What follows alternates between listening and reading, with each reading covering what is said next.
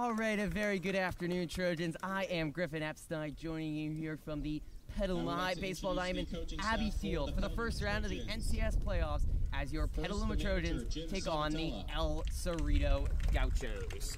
Player intros going on the field. As you can see, the Trojans currently getting introduced. The Gauchos have just been introduced for this big first round NCS game. Both teams with great seasons, and now they will try to continue it here live from Petaluma. The Trojans have had a very successful year overall.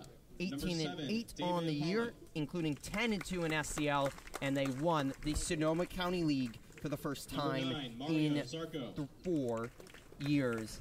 An impressive victory. Impressive victories over Annalee Piner and El Molino to get it a little bit weaker this year was the Sonoma County League. So we'll see if that affects the Trojans, that they haven't faced as strong opponents lately, but they scheduled very tough in their non-conference schedule. They have some very good wins, and that's why they're rewarded with a nice 6th seed. Potentially could face another Gaucho team, the Casa Grande Gauchos, crosstown rivals in the next round. Casa is also playing. Blake Burwer is going to get the start this afternoon for the Trojans, but they'll be tested by an El Cerrito team. 18-6 overall on the season, including 8-4 overall, and they've got a talented team with a lot of experience, a lot of seniors on this team, similar to the Trojans. They have some good wins over the course of the year. The only comparable team, however, is a loss to Annalee. They went up to Sebastopol last month and got crushed by the Trojans' rival Tigers. That's the only comparable game, but that might have not been El Cerrito's best. They have a lot of good games. And the Trojans should take from the softball team of yesterday. They might be the favorites coming in, but they cannot take this one for granted. They do not want their season to end right here, because there's no doubt El Cerrito's going to be hungry to keep it going. The softball team got it taken to them by Newark Memorial last week, or yesterday, did the softball team. So the baseball team, you hope will learn from that. Even more seniors. They played in a lot of NCS games, including last year. They won their first round NCS game on the road at San Lorenzo, came home to face Ukiah, and they turned out losing that game. And the Trojans believe they can go a lot farther this year. Coach Tella told me after the SCL championship game last Thursday against Annalee, the Trojans routed the Tigers, that all they need is a 4-game winning streak, and he believes that they can beat any team in NCS and go all the way. But you can't look at that if you're a Trojan fan. You have to stay focused here on the moment. Almost done with introductions and the national anthem coming up, and then first pitch here between these two teams. It's a dreary Wednesday afternoon, but there is a very good crowd in for both the Trojan side and the El Cerrito side. So we will now listen in to the national anthem.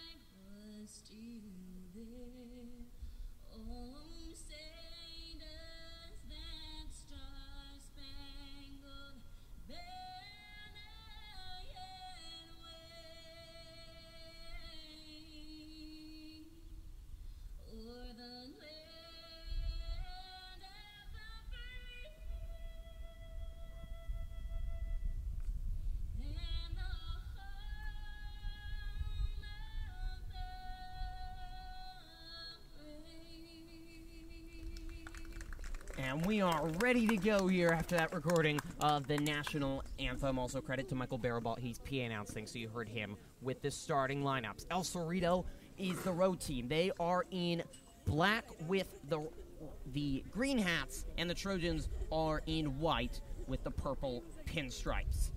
Trojans have been on a roll of late. They are a confident baseball team coming into this one. They have only 2 losses so far, or 3 losses in the month of May, but it felt like they really turned about any concerns or struggles that they had after they were crushed by Casa Grande, their league rival, 2 weeks ago. They lost 20-7 to Casa by a very impressive performance at the SCL tournament. The Trojans decimated El Molino, a team that they lost to a couple weeks before, 10-0 by mercy rule in the semifinals of the SCL tournament. And then in the finals against Annalee, it was even more of a blowout. The Trojans put 10 runs in the second inning on the rival Tigers, and they won 14-1, really got revenge on the Tigers, who provided a lot of troubles for the Trojans over the years in SCL. The final time the Trojans will ever play in SCL. This is a talented team. How far can they go in NCS? It will start today against El Cerrito. Every game is going to be tight. It's going to be a test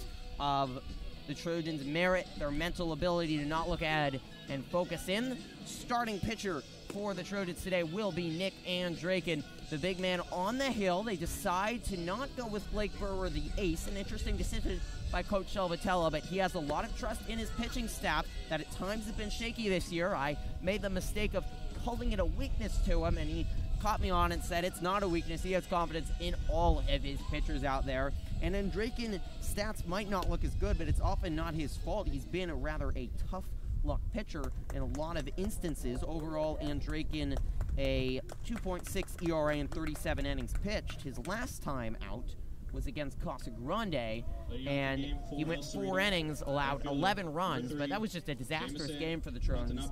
And Coach Salvatella said that wasn't the real Trojans that came out. He didn't know that team on that Saturday afternoon at the Baseball Diamond. So we'll see what Andraken does now in this big moment after that rough loss to Casa. He also faced Alameda, so he's faced a lot of good batters. That's not going to be an issue, as the first pitch of the game is in there for a strike. Jameson oh my.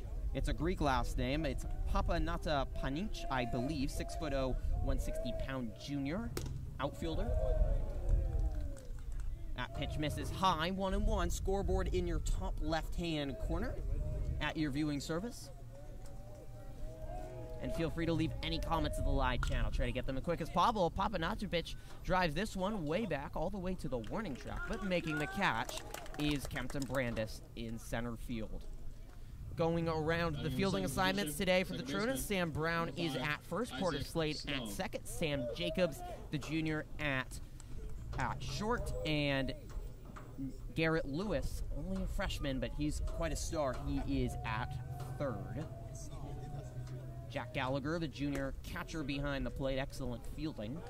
Catcher as well, as that one misses high. And it's been excellent fielding all year long by the Trojans, 9.58% fielding error. And Andraken has gotten the rare games where the Trojans haven't fielded well, as this one is hit hard.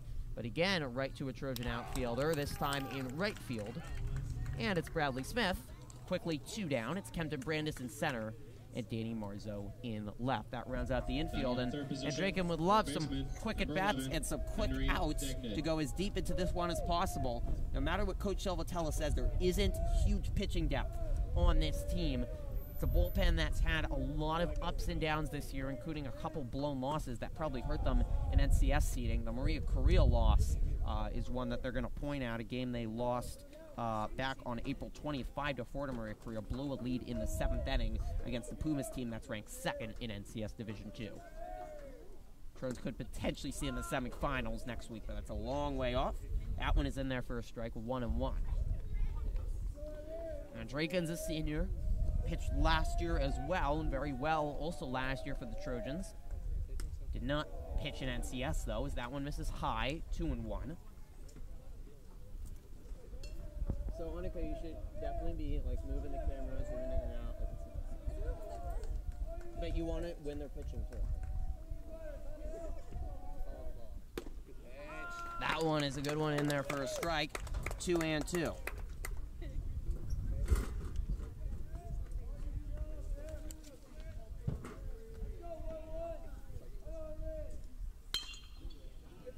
Ground ball to Lewis. He's got plenty of time, a long throw, but he makes it And the inning is over. That was good, Annika. So the Trojans have a very easy first 1, 2, 3 inning. That was what they want to see so far. We appreciate the comments. 502 Kicker coming in and providing his support for the Trojans. We have got already 12 viewers tuning in, so thank you to everyone that is tuning in so far.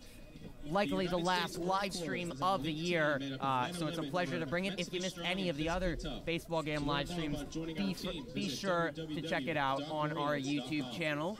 The Trojans hope to win this one. Casa Grande is taking on Concord Crosstown right now. The winners of these two games will face off on Saturday in NCS. Trojans bats coming up. It'll be interesting to see how they do after they had a power surge. We mentioned that last week against El Molino and Annalee in the SCL Championship Tournament at Arnold Field in Sonoma. They were a little bit frustrated after a loss to Casa Grande.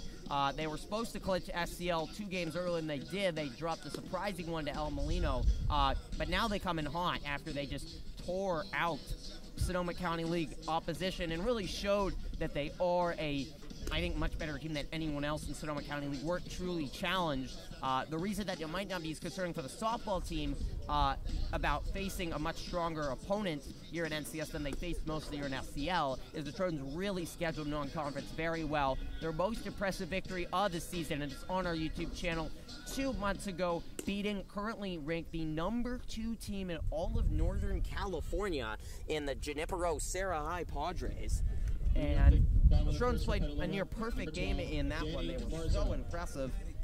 Batting and pitching, Blake Brewer was brilliant from the mound, but the Trojans hit 2 home runs in that one and beat an extremely good Serra team. But that's not all. Trojans have a very good non-conference schedule. Danny Marzo will lead off here for the Trojans. The Trojans went to the Boris Classic at Sacramento State, the de facto state tournament for California baseball, because there is no CIF state tournament after NCS. And the Trojans went 2-2 there, and their only 2 losses to Wood Creek and San Benito. They lost by 1 run, and those victories included a victory over the Casa Grande Gauchos, 7-2. First pitch is high. It's the the El Cerrito pitcher will have a tough task against the Trojans, batting .394 on the year. Marzo pops this up. This is down the line. It's going to head out of play. 1-1. And Marzo has been at the head of that, the leadoff hitter the last 2 years. It's going to be weird to see next year when Marzo, the senior, isn't out there, isn't leading off for the Trojans, because he's done it every single game for, feels like just forever now. Such a talented, smart young player. Not young anymore, as that one misses low. The pitcher for El Cerrito is Ricky Salas. He's only a sophomore, 5'9", 150 pounds. He's behind in the count quickly, 2-1. Marzo drives this one into the right center gap. Both fielders going back and making a nice basket catch near the wall in the deepest part of the ballpark is the El Cerrito right fielder. Marzo got a good whack at that one. Number 6, but Slate. The Gauchos, no doubt, are going to be a good fielding team, too. Everyone is at this time in late May. Porter Slate, another senior, will bat second here for the Trojans, and you get the experience head on. Senior starting pitcher. Seniors all across the batting order have left their mark on this Trojan program, trying for one final run here in NCS, maybe to leave their legacy and create some history. First pitch, Slate takes inside. Salas has been very good pitching this year. That one's in there for a strike, a 1.5 ERA on the year, including 7-1 overall. He has started 8 games, and he's no doubt the Gauchos' ace. Slate pops this one up into left. It will get down for a base hit. Good placement by Porter Slate. And with the heart of the order coming up, the Trojans have some early action here in the first inning. Third spot, pitcher number 16, Nick Andrakin. 502 Kicker wonders if we are doing interviews, and of course we will be doing interviews after the game. That's about 2 hours off right now, but if the Trojans get a victory, we could have some delightful interviews with the stars of the game after this one. So one-on-one out. Solis takes a look back at the speedy slate. And the first pitch is in there to Andrake, and there was some pop, too, on that. Solis has a nice fastball. Gaucho pitchers overall in the year, 2.19 ERAs. They check back on slate. Has mowed down a lot of good teams, these El Cerrito pitchers. 18-6 overall on the year. They went 8-4 in league, did not win it, but played in a good league. In the Tri-County League, I believe it's called, with Richmond area schools, Deonza, Pinot Valley, Albany, and St. Mary's was the league champion. They played them close, too. Lost 2-1 to St. Mary's in 9 innings the first time they faced them, and then won the second time out. Then in the tournament championship game, faced St. Mary's. They beat them easily by 10 runs. So they came in hot, too, and Draken hits it hard to short. They get one and a double play. And Draken hit that one very hard, but just right to the shortstop, and a terrific play made, starting with the shortstop. And Draken not the fastest runner, and they were easily able to get them. That was pinpoint fielding there by the Gauchos, and they get out of any trouble in the first inning. So we'll see if we have a pitching duel going on here between these two teams. Both these teams can hit, but when you have pitchers coming out there very confident and good fielding behind them, it can be very hard for both teams to get a lot of lumber on the ball and find holes in the outfield or wherever you're trying to hit it. The Trojans, one advantage for them has been the hitting this year in terms of home runs. It has been absolutely remarkable for them. Home run-wise, only 1 home run last year. So far, 14 home runs on the season, and a lot of their key victories that you remember, including against Sarah, including a key one against El Molino after they were trailing in the SCL standings early, that really put them up top in the Sonoma County League. They hit home runs in those games. So that's been a signature of big Trojan victories, hitting home runs. Bradley Smith has 4 of them. Sam Brown has 2 of them. There's some big lumber in the Trojan lineup. So home runs could be something to watch, and the Trojans have done really good with extra base hits so far this year. Nick Andrake coming up for a second inning of work. If you're just tuning in, Andrake with a 1-2-3 inning to start for Coach Salvatello's Trojans. Coach Salvatello's second year of coaching at the helm of Petaluma, and we've really seen a lot of improvement. Last year was, I think, times a little bit of a learning experience for him. He was the JV coach across town for a while for Casa Grande, but now taking on the varsity role was helped in by the former head coach Paul Cochran, who retired to spend more time with his family, but there was a little bit of an adjustment for a younger team last year, and they were still able to make the quarterfinals of NCS. They still got a 4 seed in a little bit of a weaker NCS Division II last year, as the first pitch for Enriquez in there for a strike. Did not win SCL, though. Could not beat Annalee, and they got their revenge this year. I think overall played better baseball this year, just more consistent. A lot of good experience on this team. Good young talent, of course, as well, as that misses high to Enrique. We mentioned the freshman Lewis. Sam Brown is at first, only a sophomore. And 3 more underclassmen got to be called up starting the SCL tournament, and they're here for NCS, and they got some plate appearances, too, at the SCL championship game, as that game got a blowout early. This one, a base hit up the middle. It was a funny-looking ball as it skidded off the mound, hitting the side of it, and Draken just unable to get to it. And it's a leadoff base hit for the captain for the Gauchos, Oscar Vargas. So now here is Elias Lehman for, I don't think I got the number right. We'll catch that in a minute for you. Now it is 23, not on my roster. It might be Elias Lehman, number 22. And Andraken now working out of the stretch, throws back to first. Gallagher, excellent fielding behind the plate, as we mentioned. He's caught 14 out of the 38 base runners so far this year. Big swing and a miss there. Nice slider by Andraken. 0-1.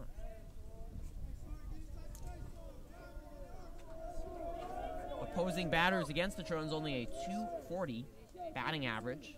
A little bit skewed by some of their big SCL victories, but pretty impressive. And Draken's totally feeling Vargas over at first. Another throw back to him.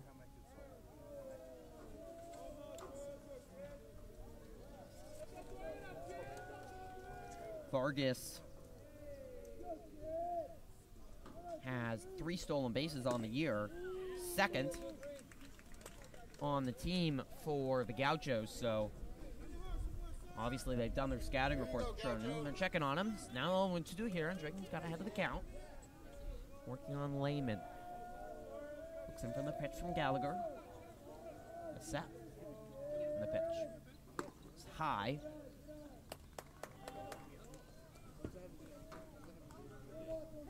And Draken last year, a 2.4 ERA. It's gone up a little bit this year, but he only started 4 games last year compared to 6 this year. So, and he's pitched in a lot of bigger games. Alameda, the #1 seed in NCS Division 2. Trojans could possibly meet them in a long time in the championship game, as that's fell back.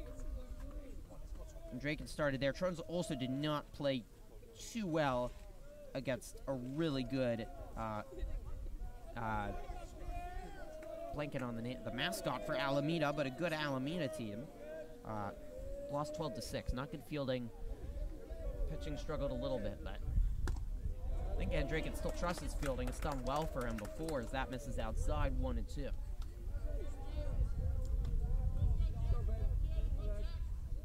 .29 errors made by the Trojan fielders on the year.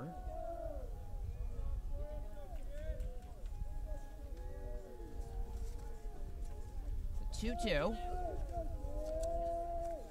Plenty of encouragement offered from the El Cerrito dugout. This one pops sky high in the air, and it's going to head out of play and into the blacktop down the first base line.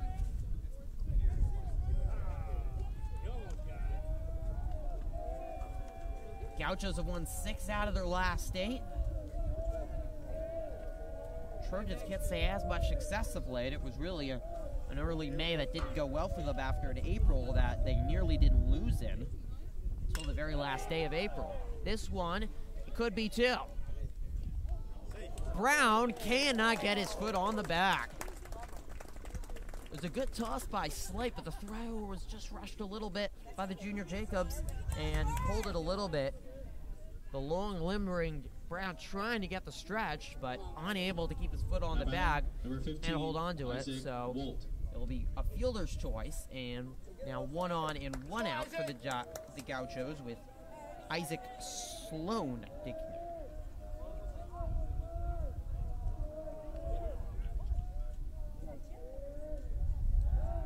And they throw back again.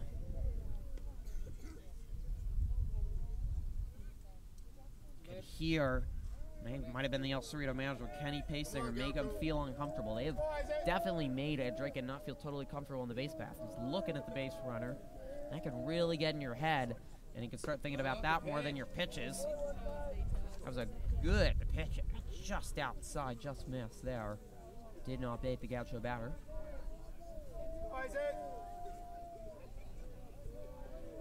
Senior Wolt batting .310 on the year.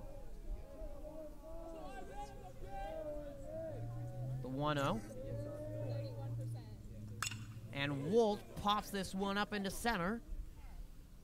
Catch is made by the excellent fielding Brandis. And there is 2 down. Gauchos have just gotten under a couple. They've found some balls to hit, but haven't been able to fully make contact and place it where they wanted to. So here is Robinson with 2 out and 1 on.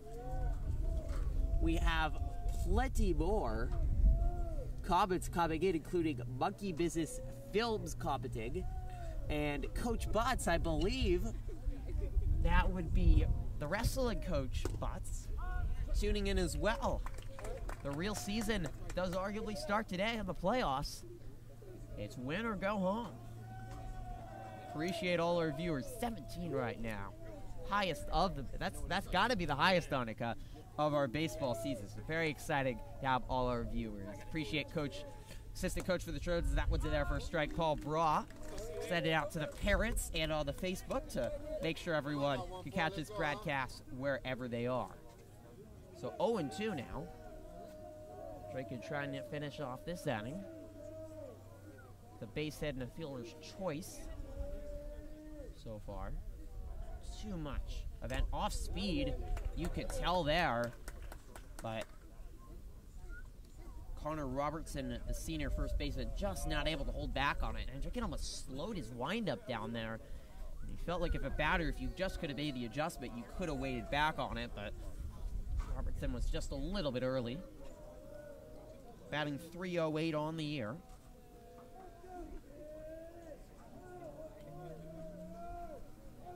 So another 0-2.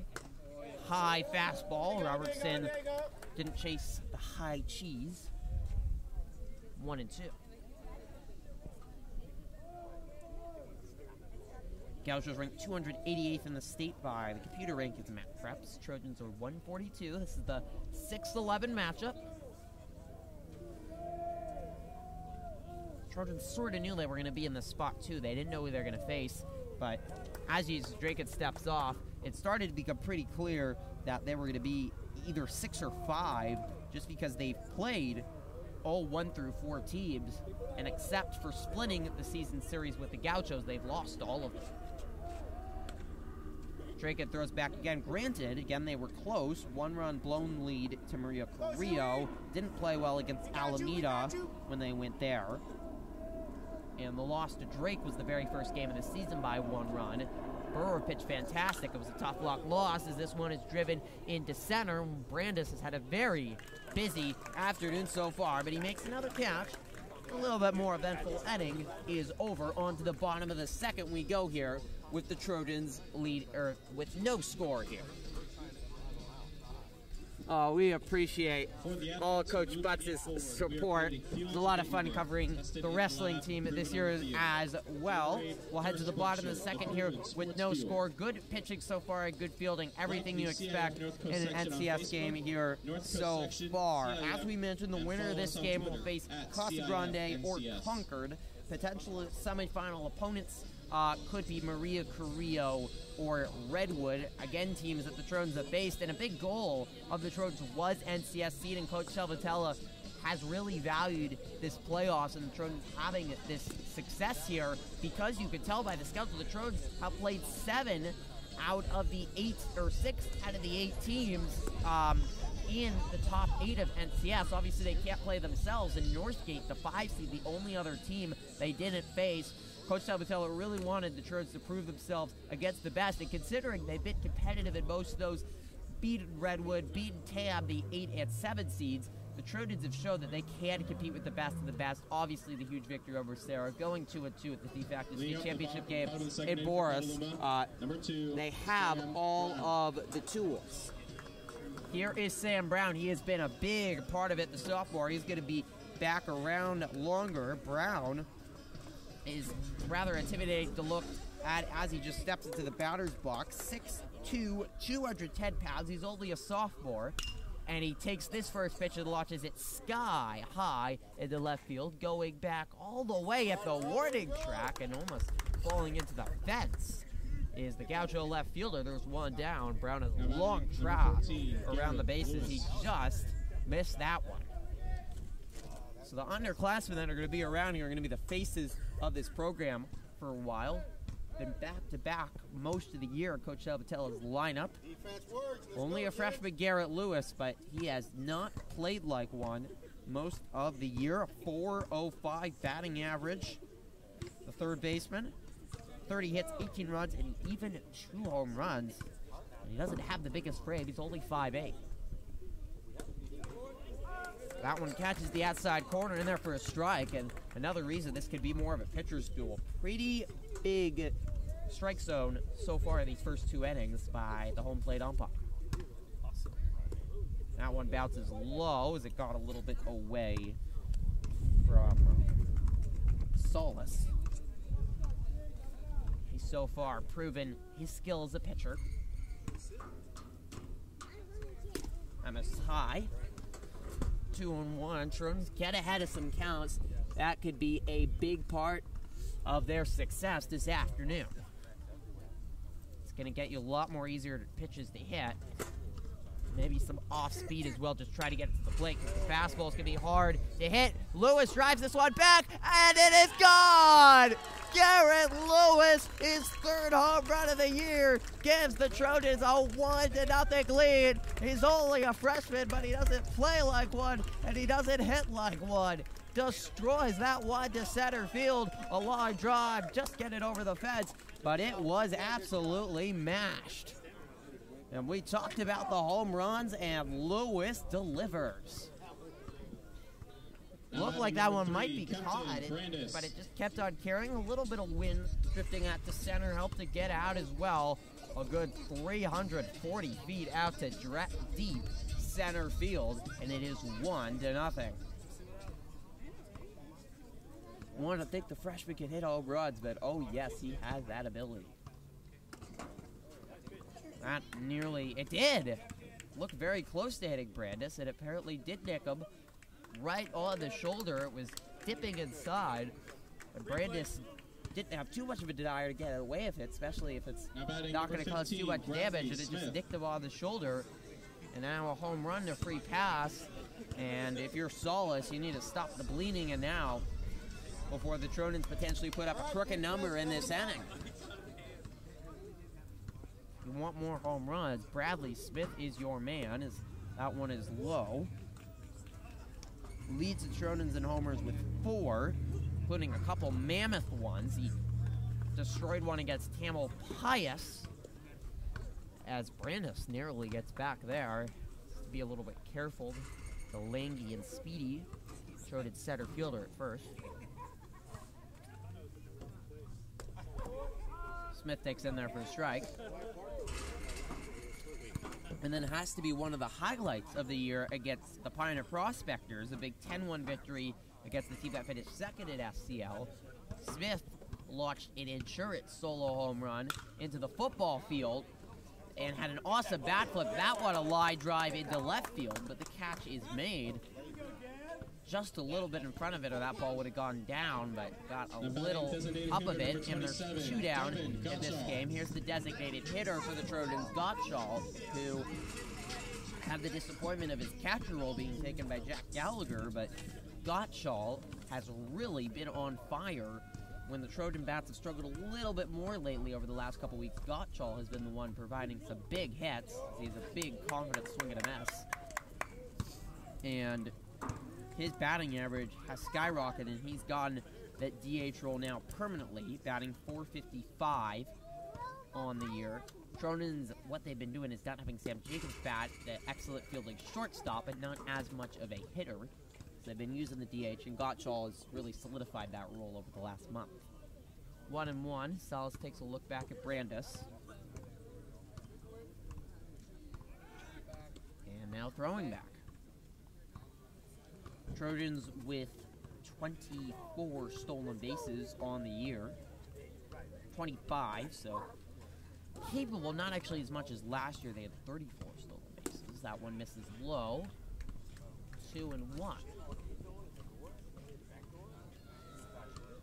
Gauchos 20 hits, 10 RBIs, and now a .518 on-base percentage. He's reaching base over half the time. That is so impressive.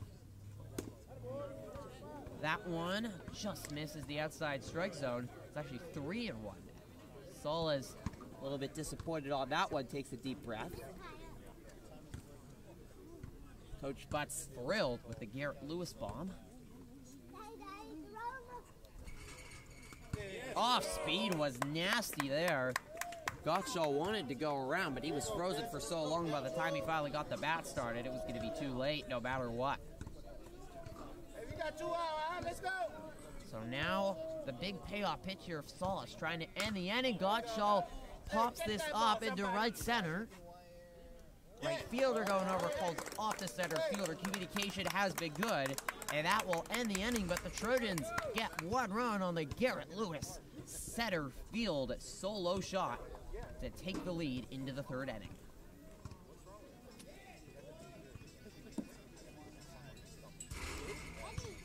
So 1-0 Trojans. We talked about maybe the home runs could be some way for the Trojans to get their offense going, and they certainly did that. That's a big way to get the energy going and really demoralize the other team. And Solis didn't seem too bothered. He did hit the first batter after it, but he didn't seem too bothered by the home run, even though only a sophomore. This is an experienced team that won't be rattled too much, even by a big home run. We saw it yesterday. Mentioned the softball team at the top of the broadcast and how the baseball team should learn from their lessons and their tough loss yesterday, getting blowout out by Newark Memorial in the 7-10 matchup. That game is on our YouTube channel if you want to check it out. But it wasn't a good game for the Trojans, and Mandy O'Keefe allowed an early big two-run home run, and she just never looked the same after that home run was allowed, almost like it demoralized her a little bit and wasn't able to get comfortable.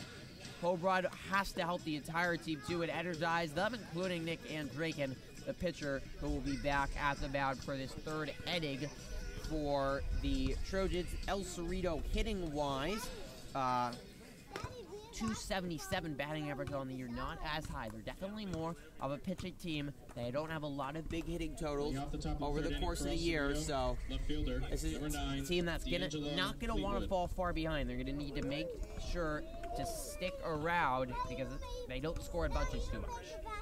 Nonetheless, the Trojan bullpen, if you can just get to them, is absolutely susceptible. They've been the Achilles heel for the Trojans this year.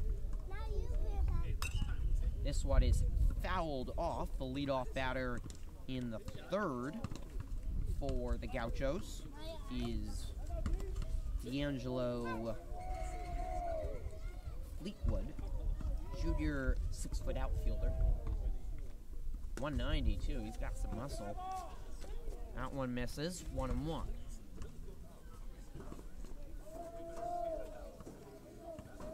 It's about 60 degrees, overcast skies. No rain expected in the forecast, though the clouds don't look as promising. A big swing and a miss there by Fleetwood.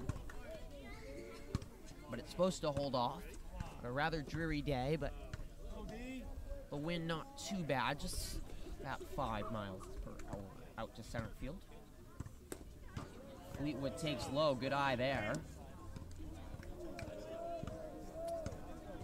2-2.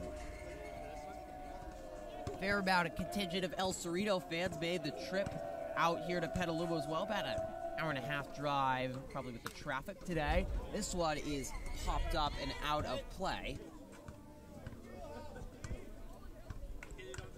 2-2. Let's get on it, D. After it was a very quick first inning for Andraken, but since then these at-bats have been a lot longer, and that's going to help the Gauchos in getting Andraken out of their suitors. That one's low. 3-2. Even if they don't get to him, if they can get to the by the fifth inning and maybe get him pulled there and get to face the Trojan relief pitchers for the 6th and 7th, that could really help them out.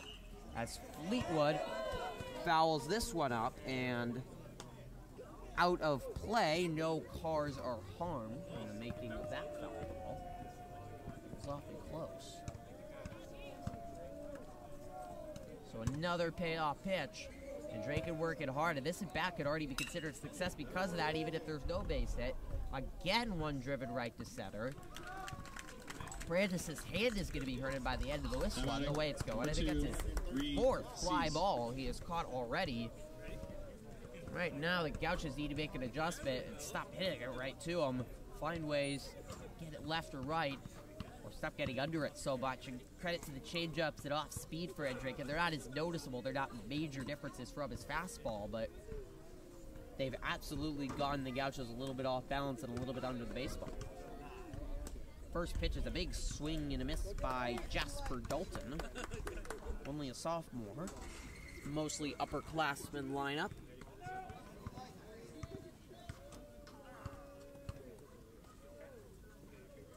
Coach Butts and Monkey Business having a long conversation.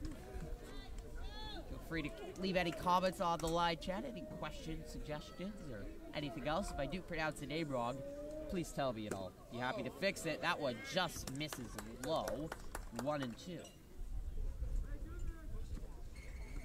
1 out and nobody on here. The top of the third of the first round of the NCS playoffs. The El Cerrito Gauchos, the Petaluma Trojans. This one is hit hard. but back and left and making the catch is Marzo with the warning track. Some hard hit balls by the Gauchos, but they've gotten under pretty much every single one. That one sounded good off the bat too, but did not reach the 312 mark out in left field. So back to the top of the order, and Patanapapech.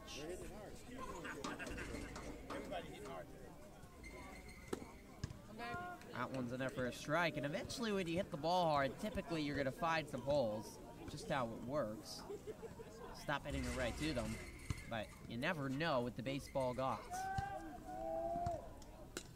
Off speed was wonderful there. Adrika doesn't go to the off speed as much as most high school pitchers. In some ways, it makes them more effective when he does, just because you're seeing fastball, fastball, fastball, and suddenly the 10-mile-per-hour dip in speed is really deceiving. This one is chopped up the middle. This is going to be a tough play for Jacobs.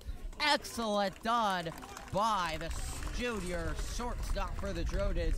He knew he had to make the play quickly, and he did. And it's another 1-2-3 inning for Brewer. Through 3, he has only allowed 1 hit. And right now for Coach Salvatella, his decision to start Nick Andraken over the 8th Blake Brewer looks like it's paying off. He has gone out there, looks motivated by a rough outing the last time he went out, which has been a while against Casa Grande. He only got through 3 and allowed 9 runs against a Gaucho team that struggled. Nearly all of them were unearned nonetheless, but a rough outing last time, that can often really motivate a pitcher, and it looks like it's really motivated Andraken, especially in a big game. Doesn't want this to be his last time out as a senior, and so far through 3 innings, even though the Gauchos are hitting the ball far, really hard, the right to the fielder. He's got good feeling behind him. He's moving his pitch as well, getting some off speed in there, and only 1 hit so far through 3 innings. Has had to work a couple times. Gauchos in battle, so we'll see how far he makes it into this one before the Trojans have to go to their bullpen. And so far, he's gone at just already a little bit of run support with the solo home run. The bottom of the 3rd inning for the Trojans, number 10, Jack Gallagher. No, if the Trojans would play Casa Grande on Saturday, it would be at Casa. Yes, Casa the 3 seed, Trojans the 6 seed. Casa playing Concord right now on this side. If Concord wins, the Trojans then would host. Highly unlikely, but possible. I think the Trojans, in some ways, even though obviously Casa, the much better team, would rather play the Gauchos and get the revenge and get possibly the full Gaucho gauntlet. Playing the Gauchos here, play the Gauchos on Saturday. First pitch misses high, and the second pitch is a beautiful off-speed from Solis, who, see if he's turned from giving up that 1 run last inning. Sprinkling it now here. But it's going to take some significant raid, even if it picks up a little bit more, to stop this ATS playoff game. Cause all sorts of scheduling issues. If it was stopped, 2-1, excuse me, as Gallagher fouls that ball off. Down the 3rd baseline, out of play. The junior was on a tear earlier in the season, really in April, but he's cooled down a little bit of late. It's still a .423 batting average, and the 2-2 just missed high. That was good off speed. We'll have a payoff pitch coming up. Gallagher was called up for NCS last year. We mentioned the 3 underclassmen called up, and it's just such a great experience, and I think it helped Gallagher out so much, even though he didn't play last year, to play 2 NCS games and get that good experience with the varsity roster. Popped this one into foul territory, and he's going to get a second chance. Wasn't an easy play with a little bit of precipitation, a little bit of wind, and a little bit of miscommunication. And the first baseman for the Gauchos, Robertson, unable to get under it, and it fell between him and Solis. So Gallagher will get a second chance, and often you can thrive on that, especially a smart player.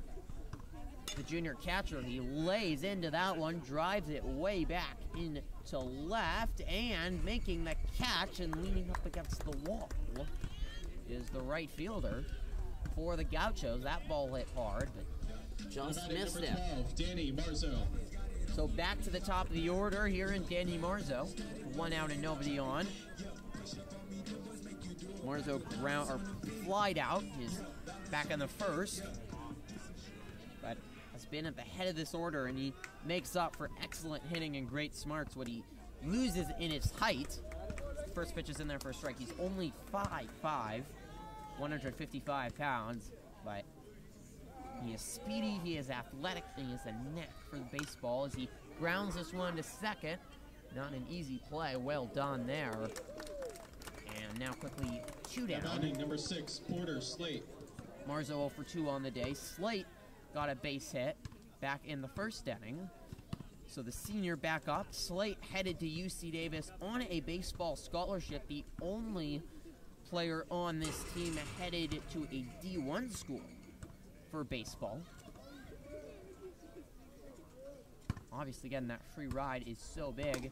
Slate takes inside. Bradley Smith headed to Butte College, JC campus out in the Central Valley for baseball. And Nick Andrakin was thinking about playing baseball at the JC, but as Slate grounds this one to second and the inning is over, he just got into Clemson, did Andrakin, so he will be headed there instead, not playing baseball at that school in South Carolina. So quick 1, 2, 3. Solis doesn't look to be damaged at all by giving up that home run. Still looks comfortable out there. And the Trojans have been a little bit off balance for the most part against them. Not too many base runners either, as we've had a quick-moving, good-played pitcher's duel about halfway through this one. Enjoyed it so far. Appreciate everyone tuning in. Keep those comments going on the live chat. Feel free to like this video and check out all of our other videos on our YouTube channel, including all of the baseball, softball games we've been covering all year long. We got a couple of the big games up there. Softball team's SCL Tournament Championship victory, their SCL clincher over Annalee are up. For the baseball team, we got the big victory over Sarah. We have their big SCL victories over Piner and El Molino. So plenty to check out on our channel. The walk-off victory over San Lorenzo as well. So those were all on our YouTube channel, and wherever the Trojans will be on Saturday, we'll make sure to be out there and covering that live streamed if it is here at home, or if any future NCS game is here at home, or we'll be out on the road with the camera and get that up as soon as possible if the Trojans are on the road. So far, things well played and going good here. Andrakin 1 hit allowed in 3, but Solis, on the other hand, is countered with very well. So far, only 2 hits allowed by him. However, one big mistake made to the freshman. Garrett Lewis has made it 1-0. Wind picking up a little bit, but the precipitation has stopped for the moment. For us, Cerrito. Number 5, Isaac Sloan. Isaac Sloan will lead it off for the Gauchos, batting .271 on the year, 18 runs. And Sloan held off, but a nasty curve there catches the outside corner. 0-1.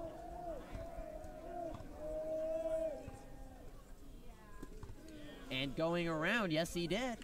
0-2. And quickly Sloan is in the hole. Packed crowd here for this one.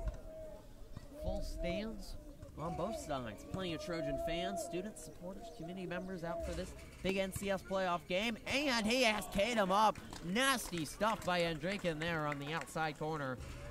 And those are the at-bats you like. Number 11. 3 strikes, Henry and we'll send Dignan. you back to the dugout. Here is Henry Dignan. Leads the Gauchos in batting average at .406 on the year, including 28 hits, 17 runs, 13 RBIs, 5 doubles, but not a lot in the offering there. First pitch grounded to Jacobs, and quickly 2 down. These are the innings that Andrakin has to love. Can make him go as deep into this game as possible. Oscar Vargas. Captain Vargas, the only hit of the day so far for the Gauchos.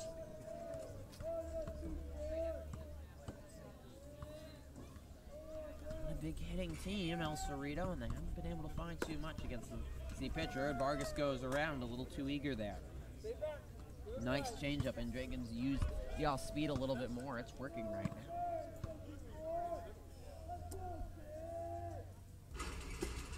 Another off-speed pitch catching the bottom corner.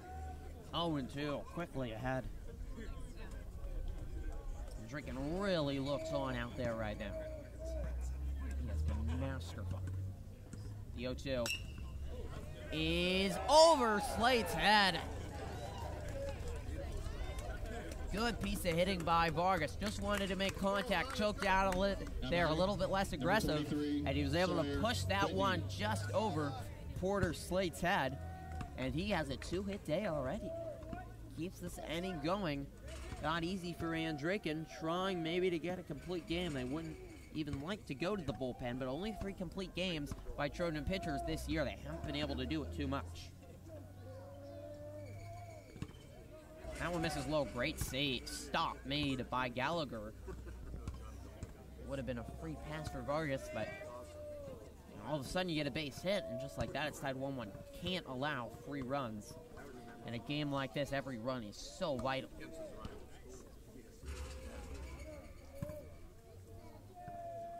A 1-0 from Andraken. Again, misses low. 2-0. With patience here, the Trojans with exactly 100 walks by their pitchers on the year, compared to 171 strikeouts, had pretty good control. But when they haven't had control, those are the times that you circle when it feels like the pitchers have really especially struggled. And that one misses high, 3-0. I don't know if the base hit rattled Andraken. He was just cruising along, but hasn't been able to find the strike zone yet. Facing Lehman.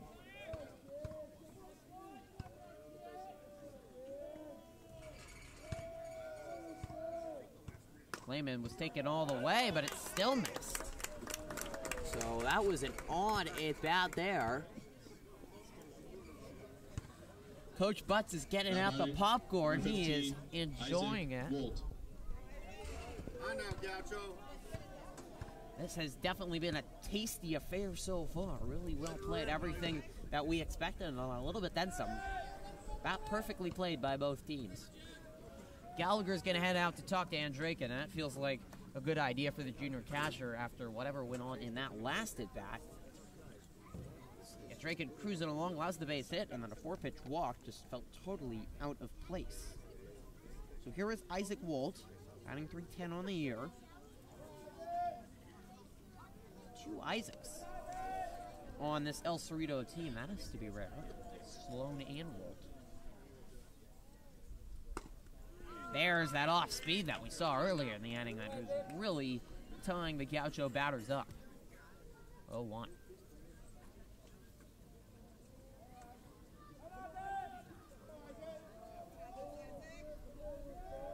Draken looking for his 4th victory of the year starting. Sorry, 7th victory. Grounded right back to Andraken. He bobbles it. He has to hurry, and he makes the play. Fielding for pitchers can't always be easy. However, Andraken isn't just a pitcher. He can also play catcher, and he's played third base with Lewis hasn't been there as well. Had a little bit of an adventure, but he was able to make the play. So, oh, really? All right, well, the 4th inning is over right now. All right. Annika is gone, so I am going to have some serious multitasking coming up, I guess. Unfortunately, all the seniors have headed over to senior recognition night. Thank you, Annika. So we will see how that goes, but so far through heading into the bottom of the 4th here, the Trojans leading 1-0 in this low-scoring affair. A lot of the seniors headed over to senior recognition night at Lucchese Field, with graduation coming up a week from Saturday as the school year winding down. Only Trojan baseball and track are the 2 sports teams that are left playing after the softball team was eliminated yesterday, but it feels like this baseball team could carry on for a long while. It'll be interesting to see, though, if they can get the bats going a little bit more. .394 batting average overall on the year, including a .448 on-base percentage. They've hit really well against both teams. Even a lot of their losses, it was mostly that pitching fell apart. Not too many pitchers duels, but a few of them. So it'll be interesting to see if we continue to see this pitchers duel. That's very risky. You never know what happens. One mistake, and suddenly you could be down 2-1. So definitely some insurance feels really vital for the Trojans to make all the supporters feel a little bit more secure.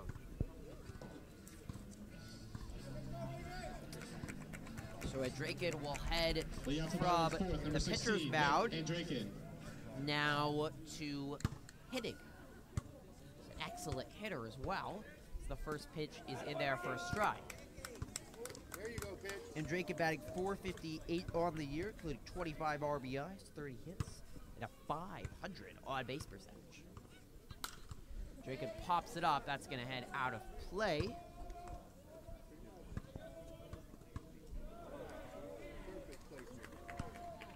So 0-2 here. Saul's quickly ahead. He's been able to work pretty fast. That just misses. All right, pitch. Here you go.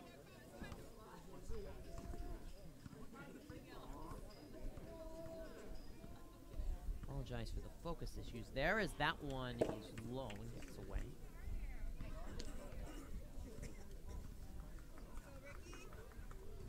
And Draken is a pretty imposing picker too, both from the mound and from the batter's box. It's a big frame, and he has some power. He's hit 2 home runs this year, grounds this one to third. Plenty of time to make the throw, and there's one down. Now batting number 2, Draken, Sam Brown. A 6'1", 209 pounds. 500 on base percentage, but so far no hits yet. Here is Sam Brown. You get 2 big figures to come in at the 4-5 spot with a lot of power for the Trojans that they have showcased this year. The sophomore Brown also was on the team last year as a freshman, and he's never really played one like one. He's a good leader, good character to be around, Very loose guy, and just an excellent baseball player. He's verbally committed to play at Santa Clara. That is a D1 school, but doesn't have to commit for another 2 years. But the way he's playing, there might be some other schools scouting him. He might change his mind to an even higher up school, potentially. 1-1 here to Brown. He grounds this one foul. 1-2. Brown a .417 batting average on the year, 3 home runs, .448 on base percentage. Last year was at points. Trojans really struggled, especially late in the year hitting-wise, and he was really improved over the course of the year. Finished with about a .300 batting average. Pretty impressive as a freshman, especially with the schedule the Trojans had. A much better Sonoma County League than this year for the Trojans, and Brown was solidified himself in the starting lineup by the end of the year last year. And similar to Lewis, you knew he was going to be a star right away. He lines this one up the middle, a base hit. Good piece of hitting by Brown. Stayed patient there at the plate. Now batting number 14, found his Garrett pitch. Lewis. And with 2 outs, it brings up already the home run hitter, Lewis, to try to do some more damage. I apologize for any poor camera work, as it's a one-man show now. Lewis with the solo home run, his 3rd home run of the year, back in the 2nd inning. We're going to get a pinch runner here. Mario Zarco is going to make his first NCS appearance. The freshman called up, we mentioned, along with Pinch running at Nico first base is Bertolucci number 9, and Mark Mario Wolbert. Zarco. You can call up 3 players from the JV squad starting at your league tournament and then continue with them with NCS. Trojans did it with Jacob, Sembita, and Gallagher last year. And Zarco, very, very speedy, very athletic. We're going to use him to pitch run here, even with 2 outs, maybe to scrap across a run, and that means the Gauchos are going to be checking on the Zarco. Barely got back. You got to be smart. He's only a freshman, too. Got some learning to do. Solis looks back. I think got the sign from his second baseman, potentially, if he's going to throw back or not. Likely second baseman got the signal from the Gaucho dugout, and again, they will throw back.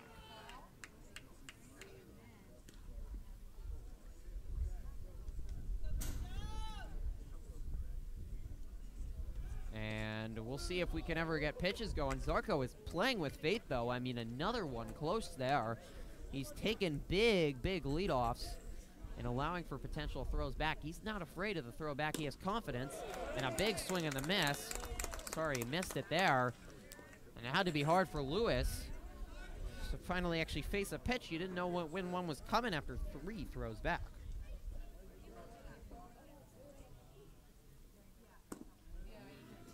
That one misses by Solis. 1-1. 2 out, 1 on. Trojans lead 1-0 here in the first round of the NCS playoffs.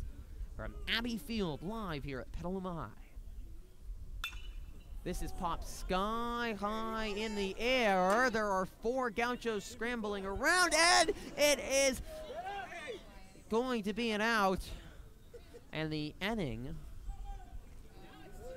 is, now it's 2. The inning is not over, so there's 1 out, so the scoreboard was wrong. Well, the second time a fly ball has popped up in the air, and the Gauchos have had issues with it, scrambling around.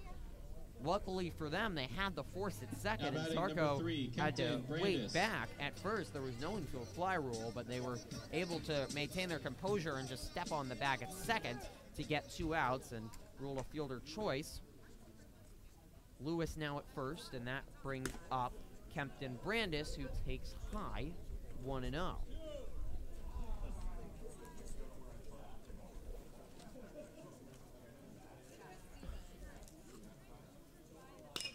Brandis drives this one into right center. The right fielder for the Gauchos has done an excellent job. Fleetwood out there today made some nice plays, and he makes another nice catch.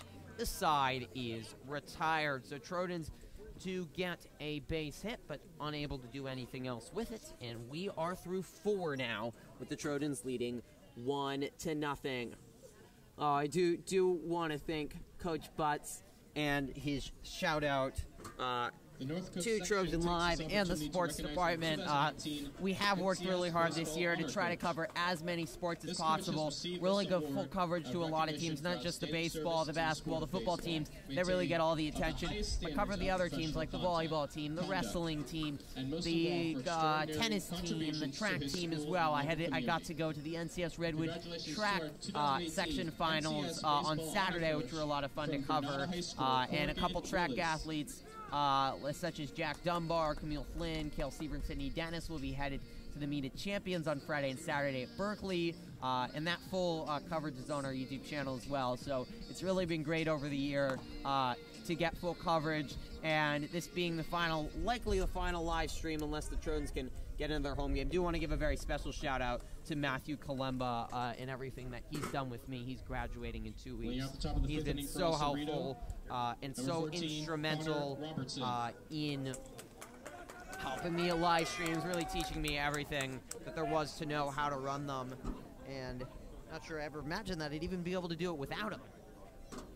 But have to do it completely without him next year as he heads to CSU Northridge. But Matt was helping out yesterday at the softball live stream, and a little bit of a longer message for him, but he has done so much, and so many others in Trojan Live have helped out and been a big part as well. So I want to thank Coach Butts for his support. It means a lot knowing that we're doing a good job.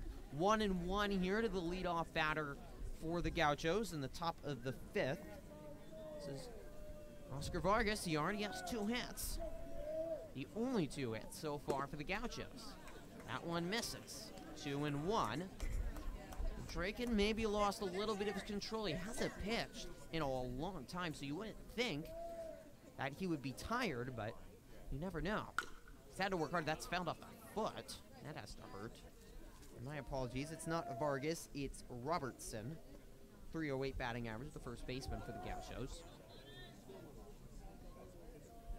2-2 now. Nobody on, nobody out. That is into the gap between short and third. Perfectly placed. The Gauchos have struggled to really place balls in the right spot this afternoon. A lot of hard-hit balls hit right. The Trojan fielders, but that time Robertson able to drive it between Lewis and Jacobs. No shot for anything there. And a leadoff batter gets on for the first time all game. We might see a pinch runner here as we're having a conversation with the El Cerrito coaches. We will see a pinch runner in a big spot too. This is similar to, you know, a low-scoring World Series game you see where every run is just so vital. Everything's on the line. Every pitch counts so much because this has been low-scoring. It makes it all the matter more thrilling. And the top of the order too as well coming up. But first it's Fleetwood.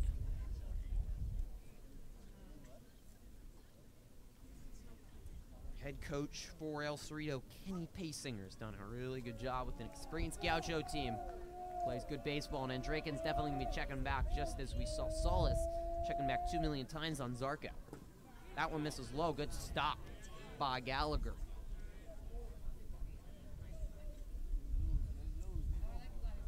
1-0. The pressure's on right now for Andraken.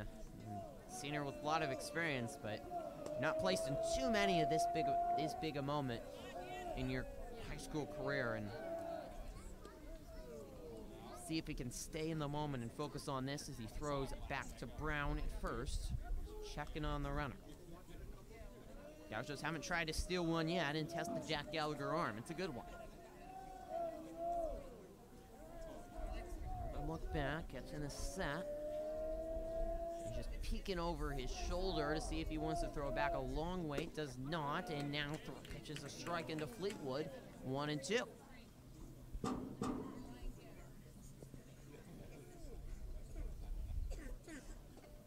1-1, excuse me. First round of the NCS playoffs here. Petaluma, El Cerrito. Trojans leading 1-0. And just getting back in time. Brilliant spin and throw was rapid by Andraken. That's the way you pick someone off. Andraken nearly got the tag on in time to get what would have been a key out and would have been very demoralizing for the Gauchos. For them, they shouldn't start count outs, but if you do, only 9 more outs left right now in their season, trailing 1-0. Check swing, didn't go. And staying at first was the Gaucho runner. Oh, he didn't go around, so 2-1. They check down to first just to make sure.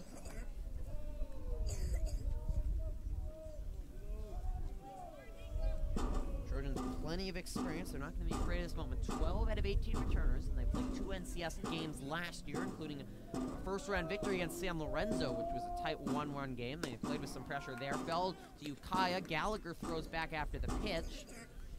Check on the runner. Gets back, but now 2-2. Feel the tension starting to build on every pitch here as this game has transpired into the later innings.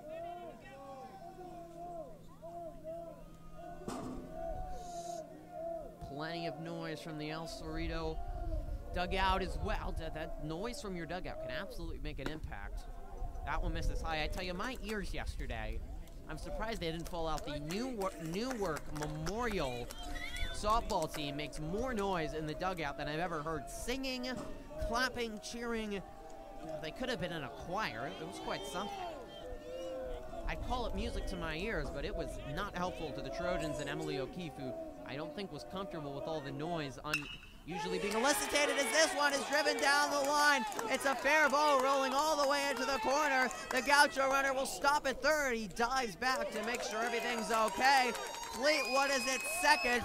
The El Cerrito fans standing up behind me are thrilled. A huge double by Fleetwood on the full count. Down the third base line. Finally, a hard hit ball perfectly placed.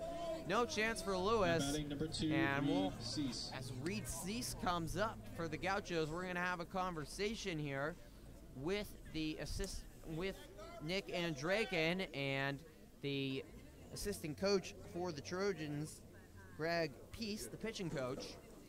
We'll talk with his senior pitcher. He's done so well, but after only allowing 2 hits coming into this inning, back-to-back hits to start the inning. A speedy runner, too, at third. That was pinch hit, so a sac fly that's likely moderately deep would score and tie this game up. And the potential run to take the lead is at second.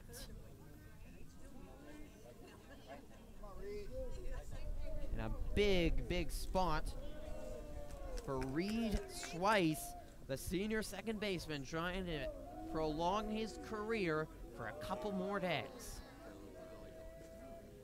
The first pitch in there for a strike. 0-1. Gotta just focus on outs right now if you're Andraken. Obviously the runs are important, but the infield and the outfield are both playing normally. They know where the runners are on base, and you do have to adjust to your fielding for that, but you have to know what outs are most important. You can trust that your bounce might be able to get across a couple more runs here. It's not going to stay 1-1 game. Let's go, Reed. Here we go. That one misses outside. Tried to go with the off-speed to Swiss. Or Swice, excuse me. Might be saying that right. Draken doesn't have to worry as much about the runners at least now, and you know that got into his head a little bit. Swice batting .227 on the year, and this is outside. The really big difference here for Andraken, and the reason I think that the El Cerrito batters have been able to get some hits is just the loss of control for Andraken for whatever reason. That base hit last inning by Vargas, he was rolling along, he was looking dominant. Vargas got a base hit on an 0-2, and he walked the batter on 4 pitches, was able to get out of the inning then, but has had a lot more trouble with his control. This one hit into right center. The catch is made. Here comes the tag. It's not going to be in time. They throw to third. It gets by the third baseman. Here comes the runner home. The throw is not in time. It's 2-1. El Cerrito will score 2 on the sacrifice fly. They are thrilled. And a huge mistake by the Trojans could cost them. The ball was hit deep enough. The job was done by Swiss, hitting it into right to Smith, but the best decision there for Smith, knowing he couldn't get the runner at home, you probably also couldn't get the runner at third, was just not to make the throw at all. Instead, they threw to Lewis. Lewis had to have a tough time stopping it, and the backup wasn't there either, unable to get it. Chopper to Jacobs, and Brown makes a spectacular stretch. Oh, like a gymnast there, his glove in the air, his legs in a full-on stretch. That's really a huge play there by Sam Brown. With things suddenly looking down for the Trojans, Brown makes a rather spectacular play at first on what was another errant throw by Jacobs at short. El Cerrito fans behind me going nuts, and they are swinging away right now. No action yet, though, in the Trojan bullpen. It is empty over there. So they are sticking with Andraken, but the Trojans suddenly, out of nowhere, trailing 2-1. A big error at third, allowing right now the winning run to score after the sacrifice fly. You always have to back up that throw at third. Trojans might have just not been expecting it. Marzo unable to get there, and the ball got away. An easy second run scored just on a sac fly. That one in there for strike 1 and 2, and Andraken doesn't show too much of a notion, but you can see he looks a little bit upset. So the 1-2. Off the mask of the umpire. Hopefully he's okay. Takes a moment. They bounce right off the plate. Hit him in the face. That's never any fun. 2-2.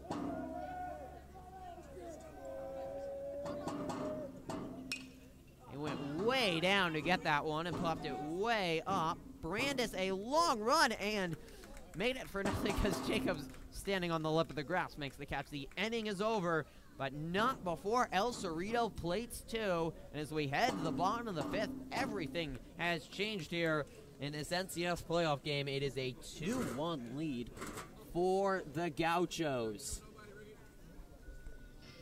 Hope you're able to hear me. The El Cerrito fans were going nuts right behind me. I was right in front of them there. But everything changed there, and it was really a loss in control that had to hurt Andraken there. Got a base hit on. It really seemed to put pressure on him, and he was pitching to Fleetwood. Didn't look comfortable. Had a runner at first. Was trying to watch him. Fleetwood able to find one, hit one right down the line for a double, and then the Gauchos did their job, played good baseball, hit a sac fly to the opposite field, to right field, automatically scored the runner. But really mistakes made on both sides for the Trojans. Smith probably should have never made the throw to third base.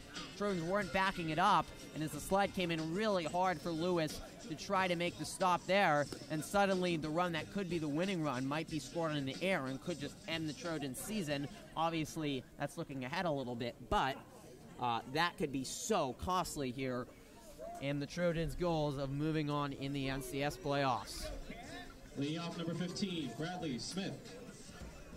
Appreciate all 20 viewers tuning in. It has been great.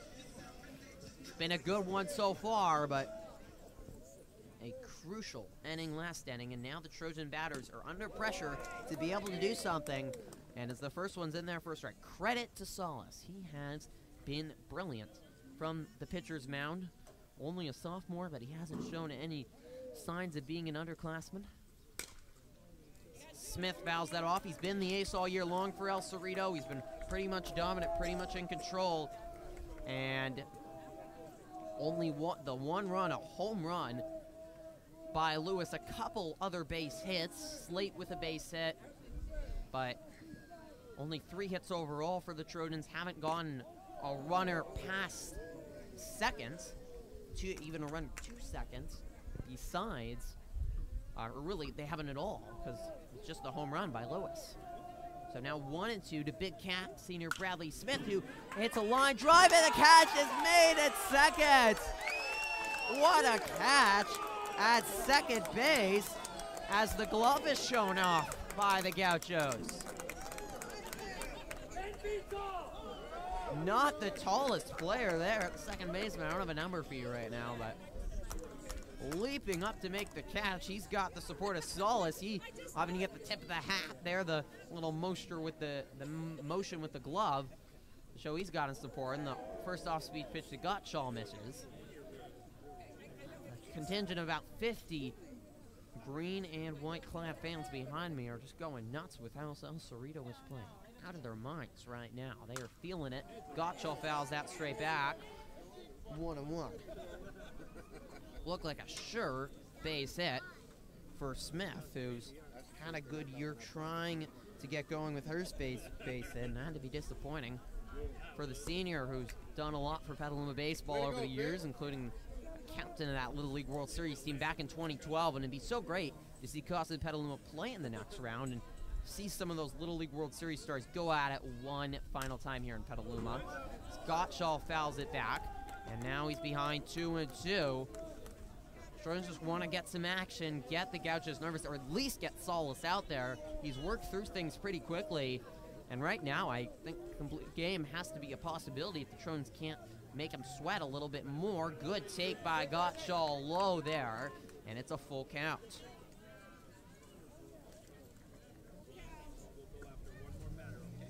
Every pitch so vital here in this one-run game. And Solace will take a step off and start over. Facing a senior Gauchos who has been the hottest Trojan batter of the last month. Takes low. Great job by Gauchos. Patient at the plate. Don't need a home run here. That's exactly what Gauchos needed to do.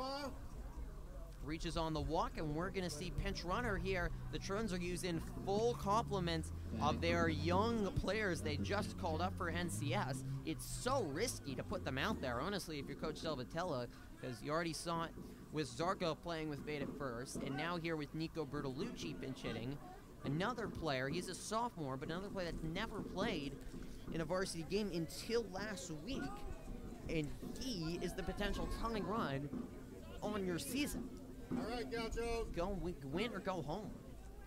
And the Trojans have other options off the bench. Maybe I would say Bertolucci and Zarco are some of the fastest, but the risk that you're putting out there for Coach Salvatella, knowing that they know how to run the bases, and that's so key. That's why they're out there. Pivotal. Solace. Good pitch on the inside corner to Gallagher. Trojans would love to get back to the top of the order. And Marzo and Slate, who's at second, has hit well today against Solace. 1 for 2, but his out was a hard hit ball to short. 0-1 to the junior Gallagher. Is chopped foul. 0-2. Solace has shown no signs of losing control, losing his composure after the home run. He has been clean and smooth as can be. And no action in the Trojan bullpen, by the way. That will get by the catcher, but Bertolucci was not going. Puts his hand on his helmet, says my bad there. He would have had to go right away because it didn't get too far away from the Gaucho catcher, but unable to advance there. So now 2-2. And Gallagher fouls off another one. Battling is key. Get to Solace one way or another. You can't stay in there forever. 1.5 ERAs. He's dominated most of the teams he's faced. He's a workhorse, 51 innings pitched overall on the year. And Gallagher chases. It gets by the catcher, but they tag Gallagher. A nice play by the Gaucho catcher after Gallagher chased, as it was Walt, the senior catcher, who makes it And now 2 down here for Marzo. And the Trojans don't want to count out, but 7 right now left currently in their season if they can't scratch across another run. Maybe the senior Marzo has the spark. Just had to be so shocking for them as they throw back to Bertolucci. They were up comfortably.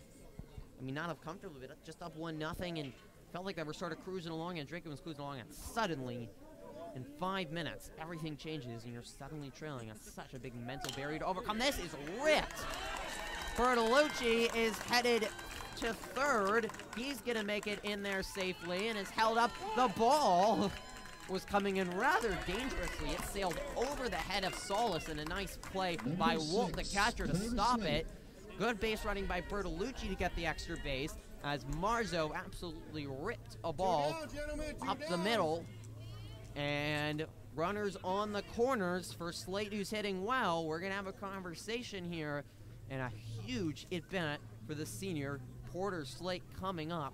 Solis is staying in there, but the head coach for the Gauchos, Kenny Paysinger's going to have a conversation with them, with Slate getting ready to bat. And this place is packed. A huge at-bat. We have more comments coming in. And yes, I might be rather brave to be sitting right by the El Cerrito section, but it's not like it's Casa, so I'm not too afraid to be verbally abused or anything like that. So Solis' day, a surprising move, but his day is, it looks like, is done.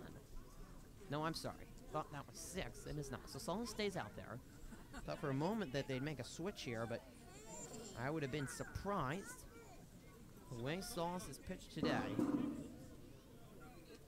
Such a good year for him. No complete games, though. No complete games by any pitcher on the Gauchos. So they have a bullpen, and we'll see if they do use it at some point, but the time is not now for the senior Slate.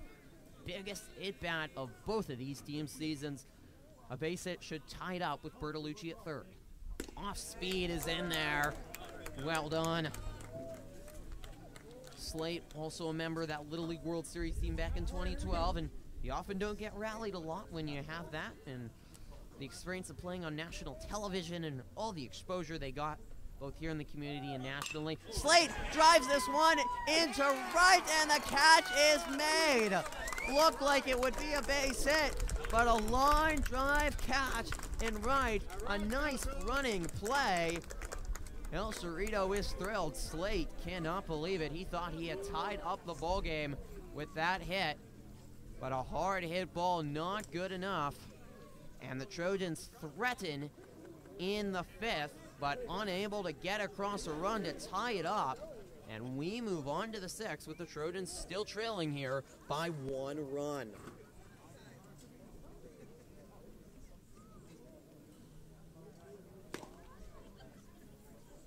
Draken back out there. They're going to need to make sure Draken as well is able to hold down the fort out there. They cannot afford to give up any runs. 1 run is not as scary a deficit. 1 swing of the bat, and you know that things can change. So the Trojans, especially with their home run hitting, just have to stay in there, stay within 1 run, see if they can scratch across a run, whether it's a home run or whether it's just, I mean, just a cheap run. You can base run, get a bunt, all sorts of abilities, and the Trojans already used 2 pitch runners, but they've got some speed on this team as well to try to do something.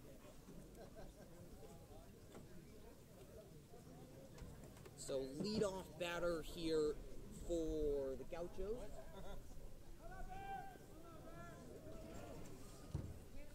Hey, just Will be contact, baby. Henry Deegan, one of the captains, one of the seniors, and El Cerrito's shown Contact, that's all. experience as well. The Trojans with 12 of the 18 returners, 11 seniors on his team, 7 from last year, some in Petaluma, but it's been a more experienced team.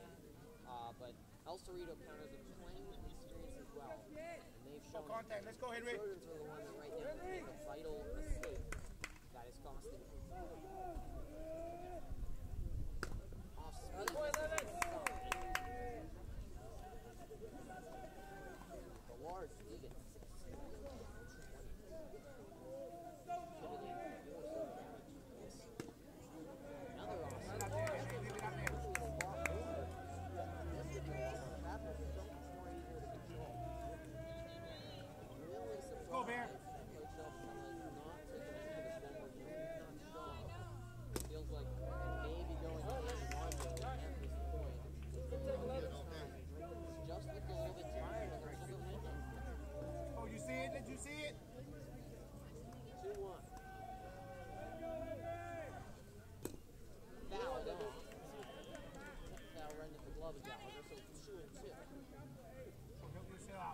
on now, big guy.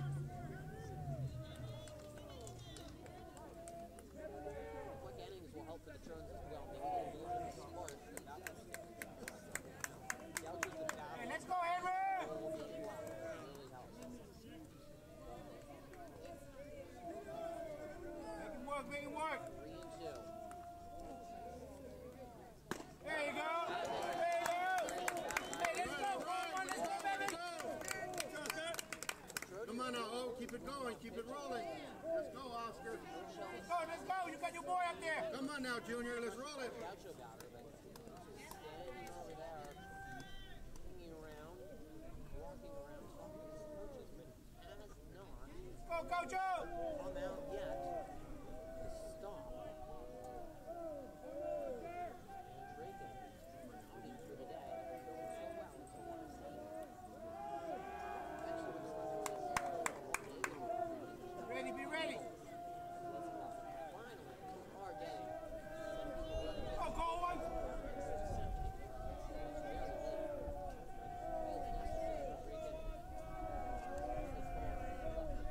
There you go.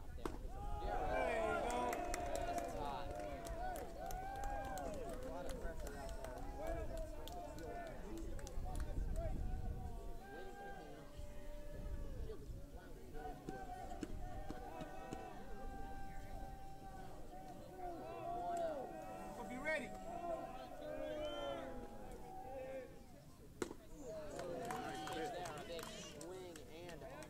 From Oscar Vargas, who has already 2 hits. Not been really had some of the most success on. 1-1. Go, Junior. Go.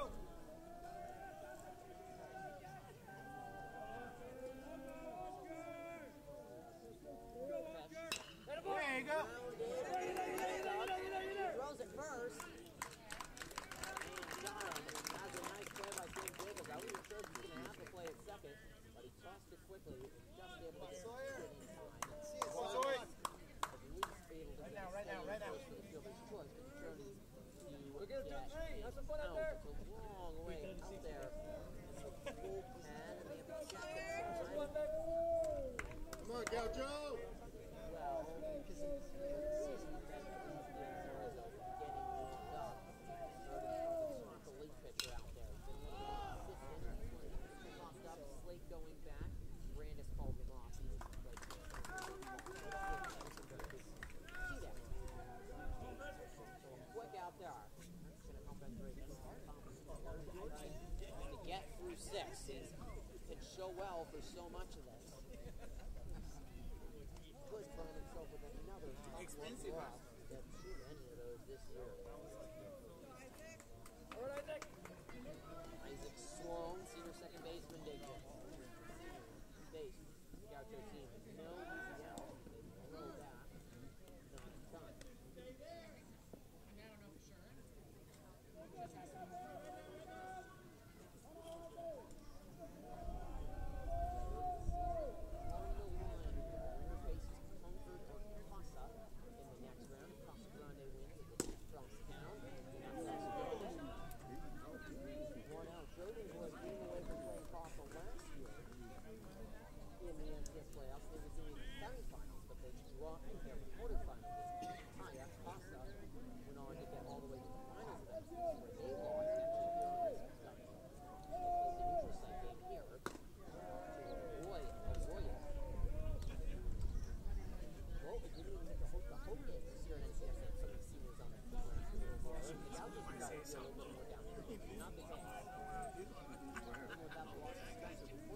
Adam's watching.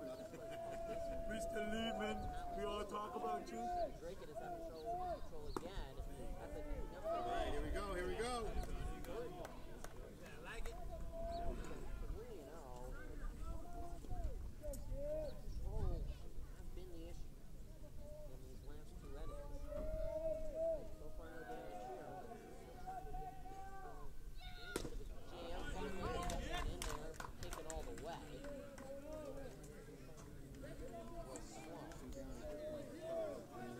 Gauchos have proven themselves as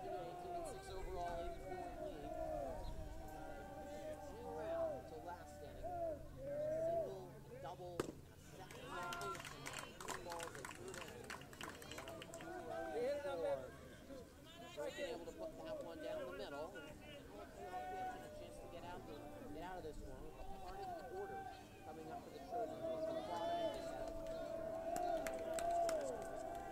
out. 3-2 is bounced to second. Slate will throw to first.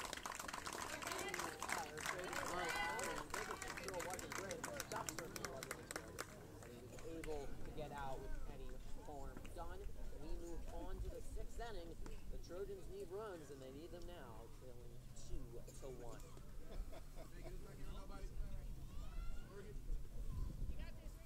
Let's go, Ricky!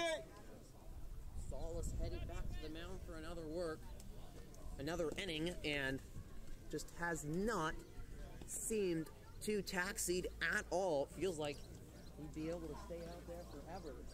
The way he has pitched in this ballgame. Trojan batters have been so good all year long. Very few instances of where you can find games where they did not score runs. The first game of the year, they lost 3-1 to Drake, and that is the only time all year long that they have scored one of two times all year long that they scored one run or less. Their only other time is also early in the year. At the Boris Classic, they lost to Cardlemont 5-4. Or I'm sorry, no, they lost to Wood Creek 2-1.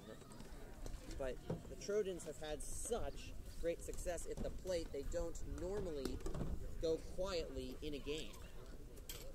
But Solace can't pitch a whole lot better. Leading off for the Trojans, Nick and Draken. And Draken will try to get something going at the plate. He will lead off. No hit for anything.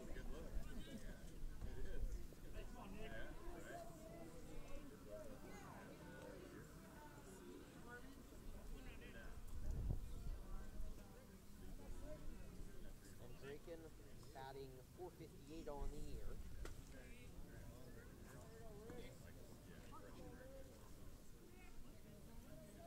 18-8 overall. Haven't done too much losing this year, but they have played from behind a couple times. Had a couple comeback victories, including against Kimmel Pius, had a walk-off victory there with a triple. San Lorenzo, watching that one, they walked off in that one after a trail. Often fallen behind early and come back about halfway. Here a little bit different. Head early, but it's blown and beat later.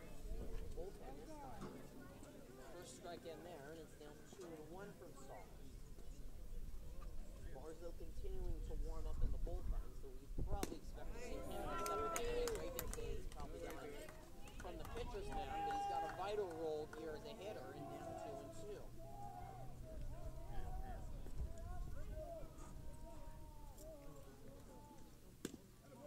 That misses outside, he's worked it to a full count. Working soft, even if you can't get ahead, even if you can't get on base, working him to his limit is vital. Trying to get to him. It's meant to be get him out of the game. This one is driven hard into the right center down. And it is a base hit. Diving in right field. And he's well down there. It looks like was not made. Likely trapped it. Number 2, Sam Brown. Whatever the case, and Draken has reached on a base hit to right. That one in an awkward spot between the right and center fielder and dying quickly. All right, defense, let's go, Gauchos. On the big payoff edge. Now here's Sam Brown with a chance for more damage. For 50 Saul, for 51. Lewis on deck. He has the only run for the Trojans on a solo home run. Trojans' extra base hits have been a big part of their offense this year. 556 slugging percentage shows that. Brown takes low again, 2-0. Slowly, quietly to control for Solace, a little bit less.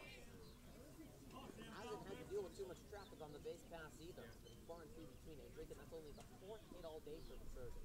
So rare, Brown pops this up, but it has had a play down the third base line. 2-1. 17 Brown batting on the year with a .448 on base percentage. Trojans have 71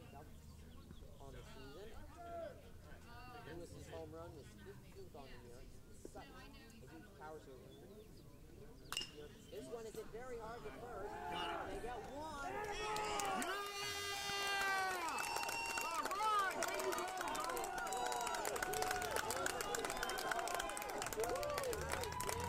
All right!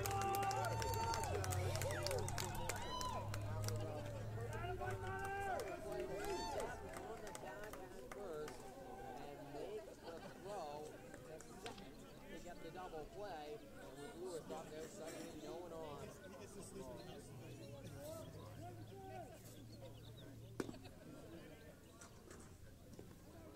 A great play at second, last standing making a catch, and then running play coming in by the right fielder last standing, saved a run. And now a big double play there. Lewis huge catch. Fouled it off 1-1.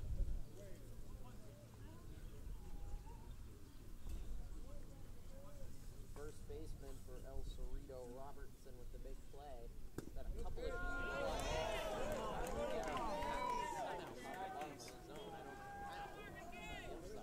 Trixon's got a little bit bigger over the course of the game. A little bit hard for the back. Too much of a factor. Up in the center. Going.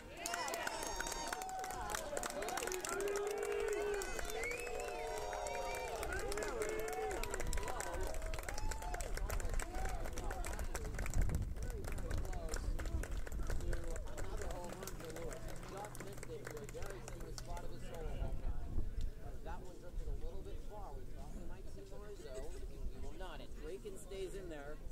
Lewis narrowly missed a second home run there, but alas, unable to get that. The huge double play. Solis got a standing O from the El Cerrito fans as C sauntered off. That might do it for the Gaucho pitcher. We'll see if what they try in the seventh, which will have a lot of pressure coming up, and Draken first needs to do his job to limit it, but the Trojans hitting today has not been able to get it done, unfortunately, for them.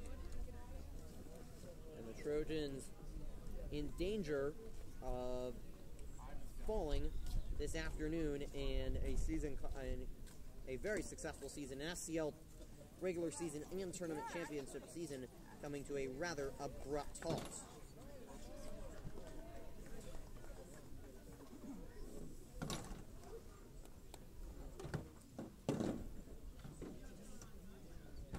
Stay tuned after the game. We will have interviews, win or loss, but Burns need to change out things very quickly. Oh, no, you probably can't hear me. My mic is dead.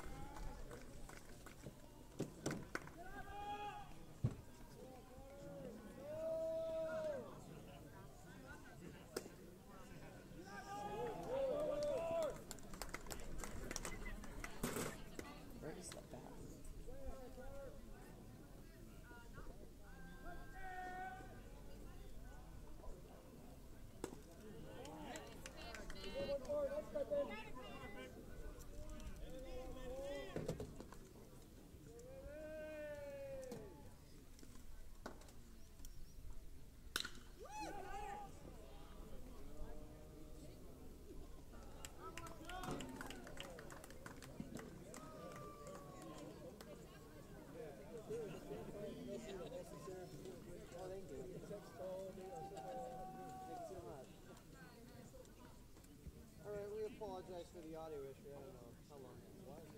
The assistant should alert me if any issues going on with the broadcast. To appreciate the live chat and that, but we do have audio. I hope again. Fleetwood takes World Tour to center.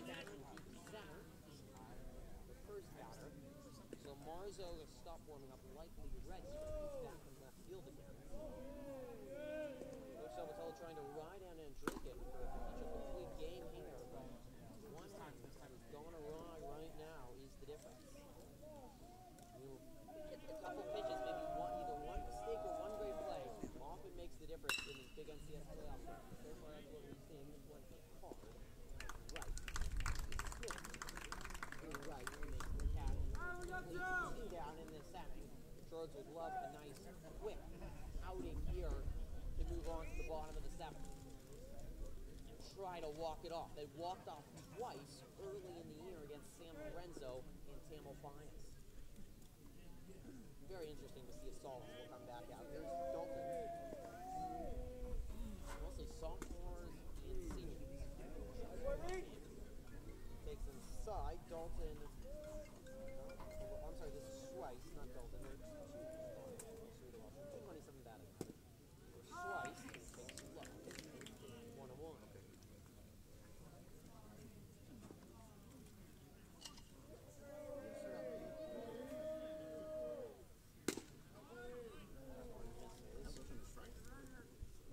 The bottom of the order coming up in the bottom of the 7th. On now, Reed. Come on now. Gallagher, Gauchos played well once again. Well, he's barely got it. He's barely. Go for bases.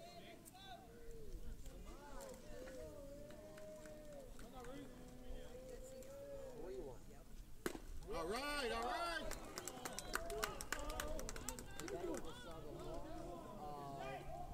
Come on now, 1-1.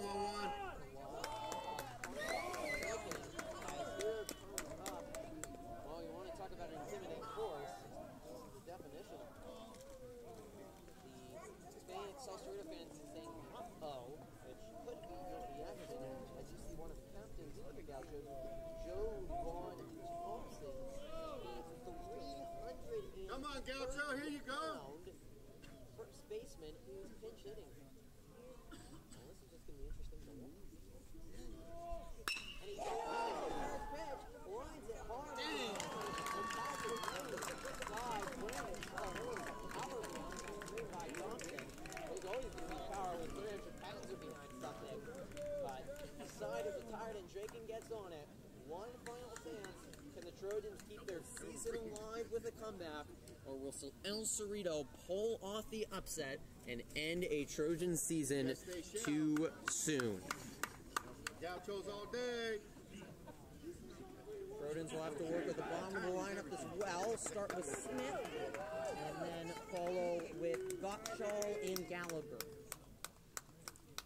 Smith with no hits on the day. Hit a really hard ball, though, to second base. That was an out. He does a lot of Gallagher with no hits, but Gaucho has 2, 3 on him, so he's played well. So it's actually Brandon Smith, Gaucho, and then Gallagher. So back to the mound once again is Solis, trying to complete a perfect game. Rookie Solis, the sophomore, has been brilliant. He has stifled Trojan bats that were so good last week. They mercy ruled both the teams they played in the SDL tournament.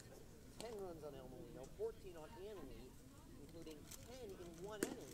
And here they've gotten 1 run so far in 6 innings. See if they can turn it around. Last time they scored this amount of runs, as it stands, was against El Molino. 2 runs against them on the 8th. Before that, you have to go all the way back to that game against Wood Creek at the Boris on March 27th to find a game where they scored 2 runs or less. Pretty dynamic with the bats. Good pitching, beats good hitting, just like a basketball. Good offense beats good defense. Unless it says level this one a little bit, control is good. For sophomore, get into a much bigger pressure moment than this. Brandon hits it!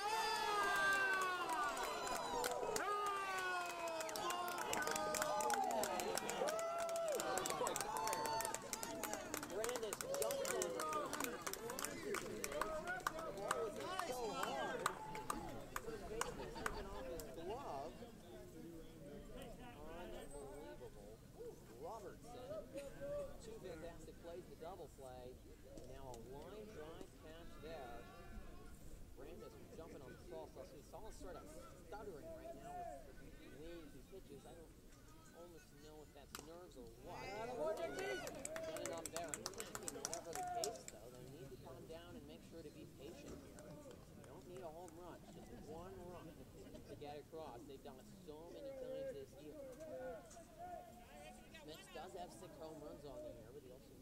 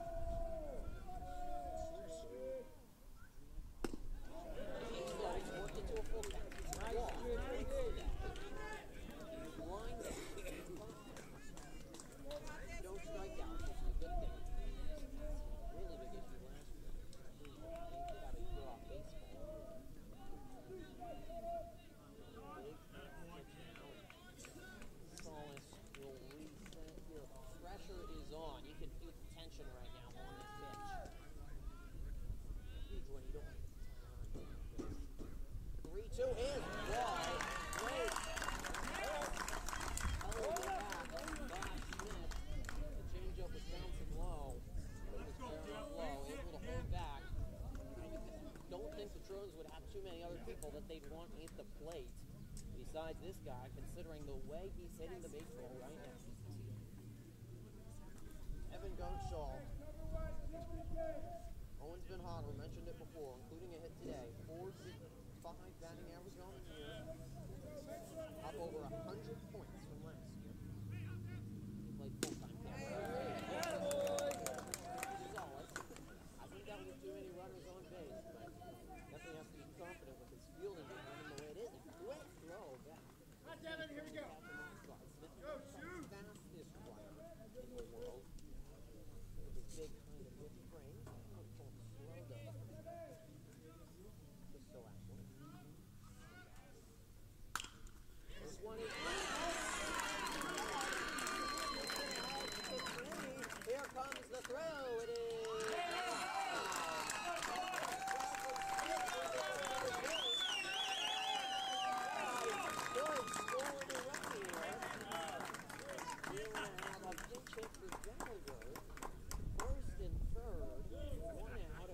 With the mound, David Pollock is coming on to pitch it in the biggest at bat of his high school career, senior.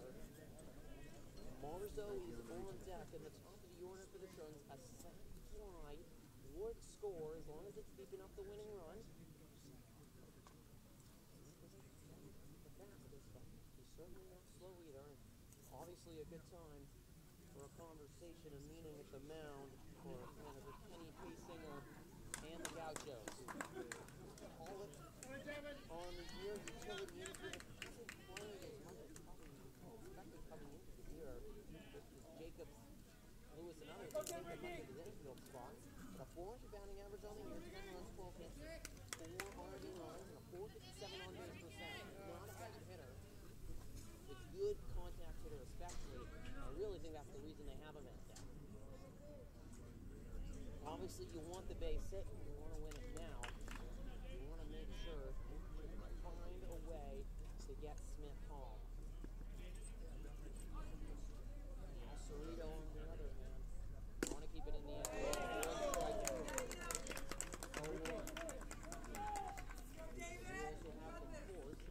Second, Blake Brewer has hit. So Gauchos has won. Good eye down the hall. He takes low.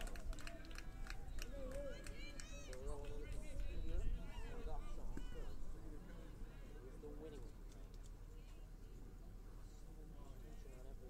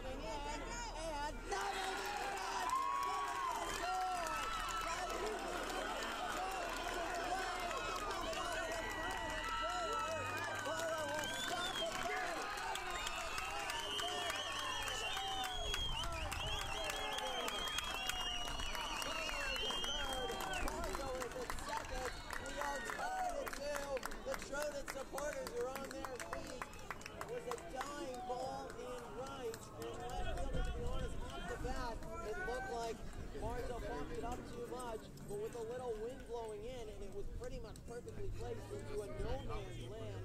It was going to be very, very hard for the Cerrito fielders together with the third baseman. Might have been the best look, but he threw on backwards there, and the left fielder playing too deep could not get it. Smith going on contact, didn't even know if the ball dropped, so he looked behind him and heard the cheers. But he is the time run. A base hit was fine, and he's grounded the second. Played well, and we are All right, here we go. Unbelievable stuff here, folks. And we're going to have extra baseball.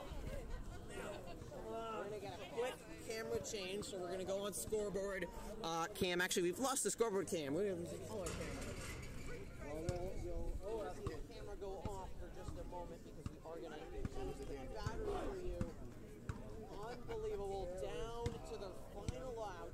Danny Marzo lines it into right and is able to tie this one up. Slate ripped the first pitch he saw, but the ball was fielded well by the second baseman. El Cerrito's fielded excellently today, and he keeps this game going. Now, Marzo's provided the game-timing RBI. We apologize, there is no camera right now. I do know that. We're going to get that up for you in a minute. Now that he's provided the game-tying RBI, can he shut down the fourth and the Trojans win it in extra? Their first extra game they have played all year. Coming in the NCS playoffs, how about that? And that last inning. And if you don't, unless you don't have a little bit of a sign here in Cerrito or Petaluma,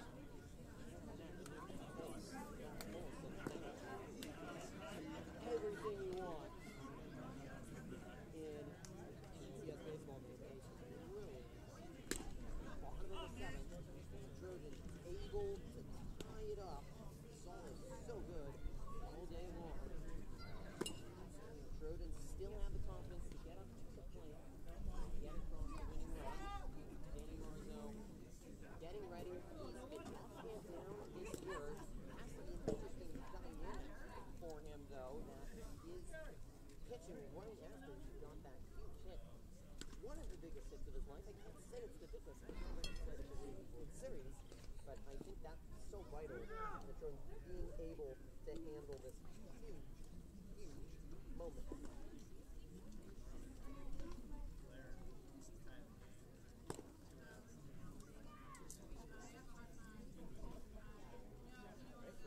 Cerrito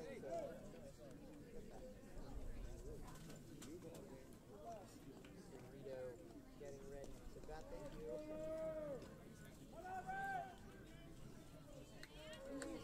All right. There you go.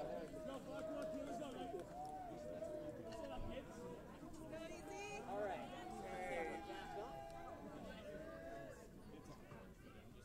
And Marzo's first pitch. Strike. That's all right. Good take. Rankin pitched 7 innings of very good baseball, but not able to do it. The sky is darkening and it's turning into evening. It's an absolute thriller here in the first leg of the NCS playoffs. It's been good, low-scoring game throughout. The way the pitching has been, who knows? Can they finish this game before darkness? Oh, we have had another issue with the batting pack. Hopefully we'll be all right from now, but we'll... Apologies for the camera issues. One-man crew, but bring this one to 2 and 1 from Marzo.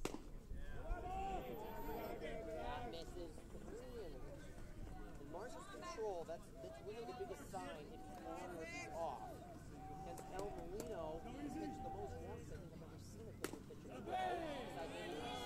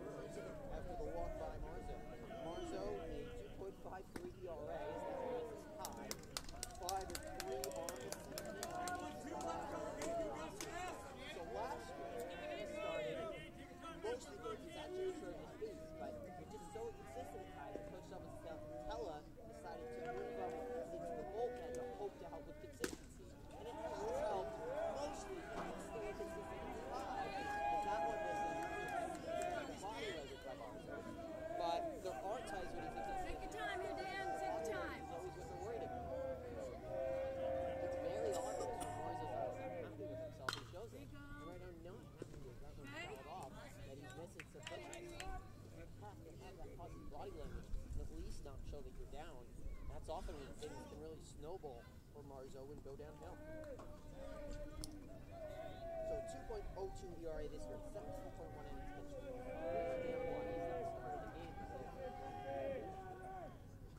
That was low. By Gallagher, but Marzo. Gavin would show us.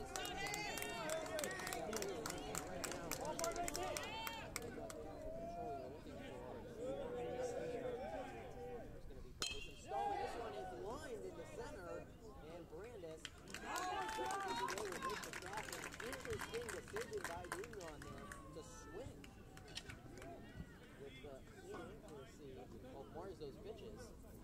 But one down for the Trojans, they'll take it. So on Marzo, that has to have some confidence just to get one in the book. Sort of like getting one run on the board, one out.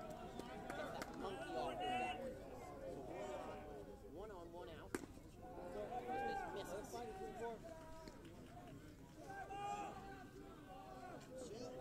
Score here in the extra innings, 8 innings, and I did say the Trojans did not play any in an extra innings, but that actually is incorrect. The Trojans did play one game.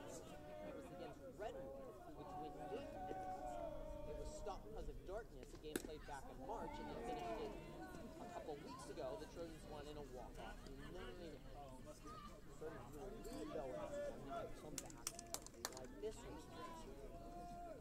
2-0, and Marzo is falling behind again. It might not be the strongest team in the world, the Gauchos. They're not a confident baseball team here. And they've shown it today. He did go around. Big strike there. The senior pitcher. For the Gauchos, they have not played any extra inning games.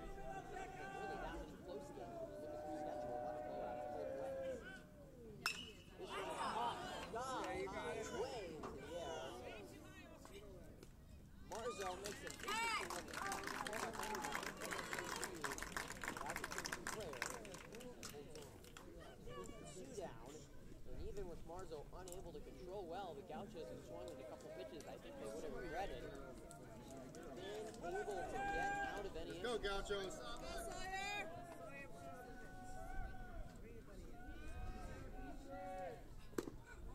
First pitch misses at something. 1-0, 2 down. On first, 9-2. That's the first round of the NCS playoff series live from Abbey Field. Petaluma Trojans. And moves on to the quarterfinals. That's why the tension's been riding on every pitch crew. We're down to the last out, last inning. That is why Marzo has been at times the best pitcher on the Trojan rotation because of pitches like that. You can feel some youth. Come on, Sawyer. Had finally 1-2 here to home. With that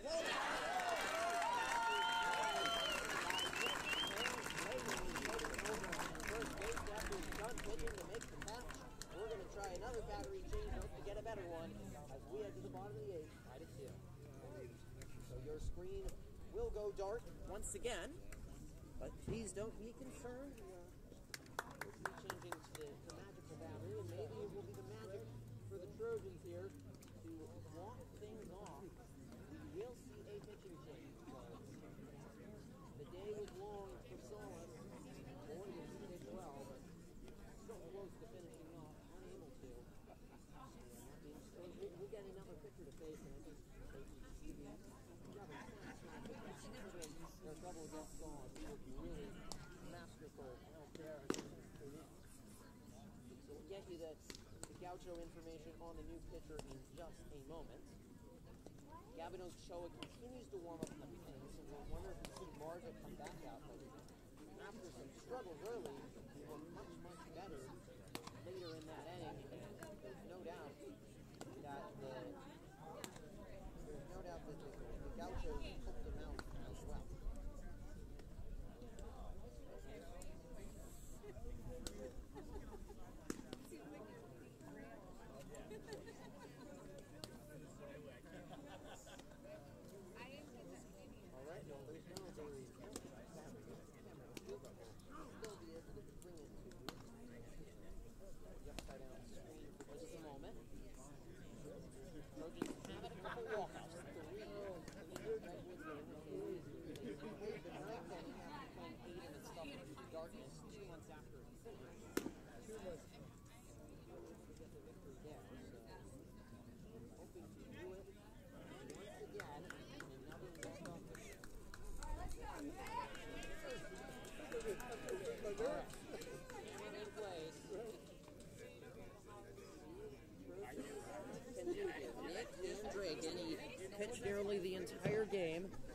chance to be the hero, and this is where, when you're the home team, you have such a huge advantage.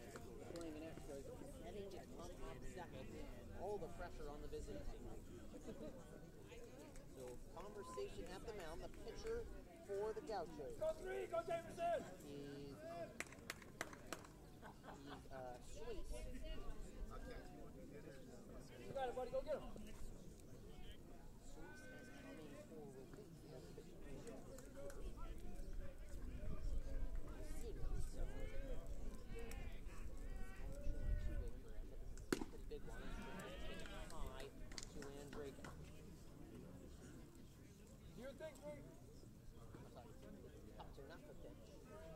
However you say that. Attaboy! Drake at 21. And obviously not a punch who led off for the Gauchos. Hitting wise, 2.58 ERA on the season, 4 and 3 overall. Probably the biggest moment in high school career. Right there, Just missed slow, 2 and 1. 13 appearances from the only started 5. That's kind of a lot, but he's been a workhorse. Second most innings for the Gauchos on 43. Breaking no hits today. Attaboy! Got a big whip at that. That one is headed or Kenyon play actually. And Robertson was able to get a glove on it. It's so hard to see right there down the line. Robertson might have just around the glove. Couldn't glove it. Couldn't hold on to it. He was really close to the bat.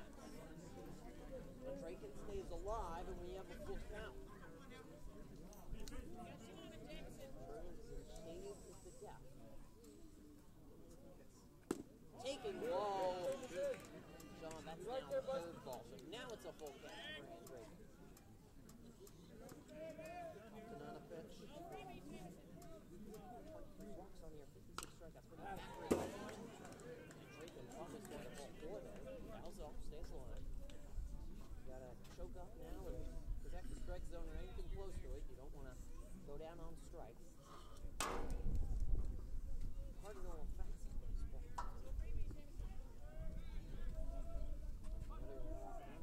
Can't give up the free throw.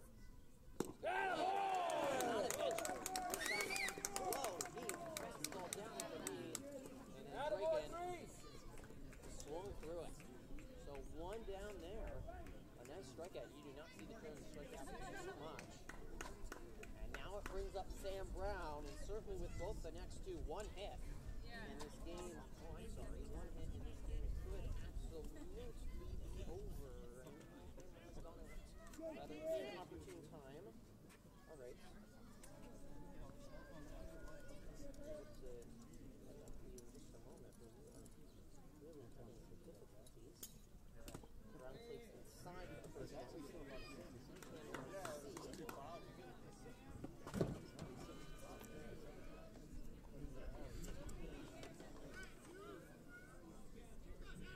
And the 1-0, you're getting, you can't just a moment. 1-1, it's in there for a strike. Do you have a coin or something? You have a coin? Can't get the Thank you so much. I have a ring that might work. No, thank you.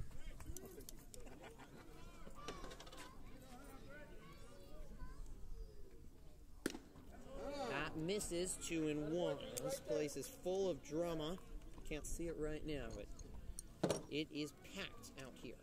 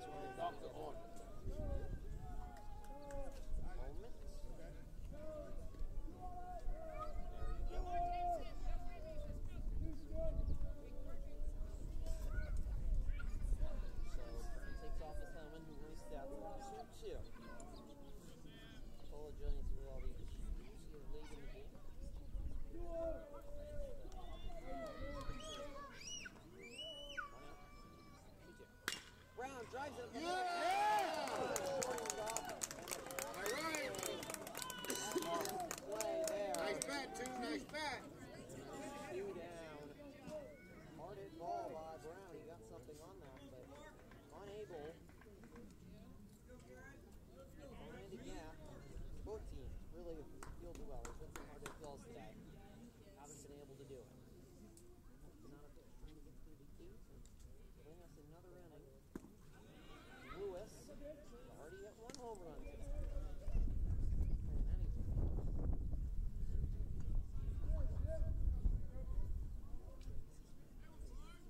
Only a freshman in each spot here, the 1-0.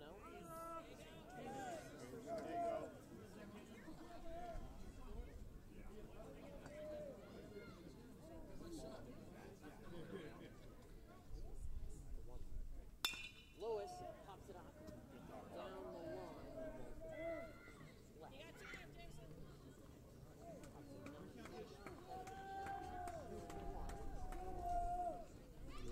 knew this one. There hasn't been a whole lot of hitting in this one. Excellent pitching. Credit to Salson and Draken starting it off, but the relievers coming in. Both these teams have had good pitching all year long. It's the Trojans, though, that have been different hitting-wise. They were able to scrape across a run last day. Not in that desperation mode right now. You don't want to keep on giving the Gauchos chances. Only 1 run in only 1 inning. The Gauchos have scored. This one is a little blooper. It falls. The throw. Great play there. A little bumper in the infield that though. They were able, the Gauchos, to make the play. We do have a functional camera now. So we are going on to the 9th. This afternoon here, as we have progressed well into the evening. It's 7 o'clock, and I do know the scoreboard cam is off. I apologize for that. I could try to run over it and fix it, so I will. Make an attempt to get that scoreboard back for you really quickly. With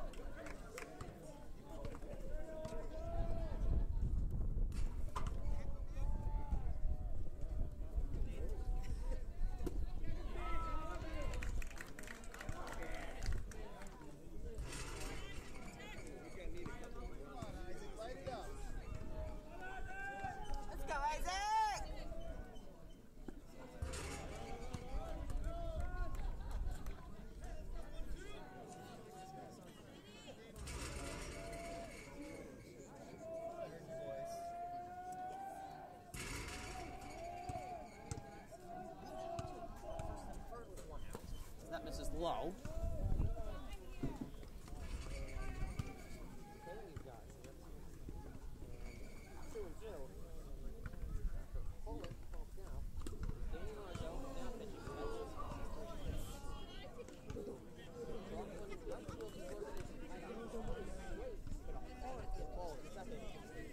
Work, Isaac. Let's go, huh?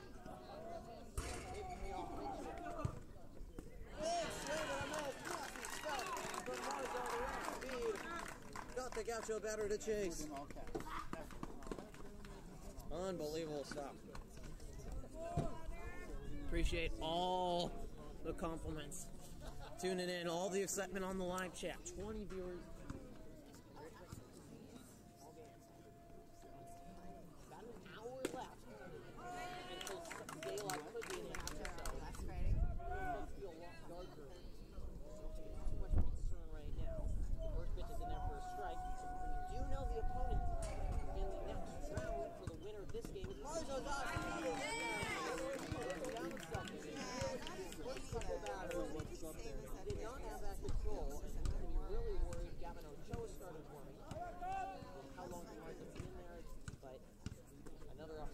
slow. As the Gauchos are scoring at the fucking walls, that's not yet something in there. You start to see some of those really soft come out. And the ninth inning flip the luck out. Nice. Did he go? He did! And now strike after Marzo.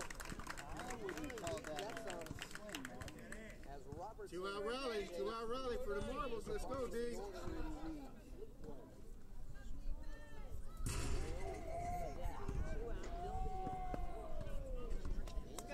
Come on, D.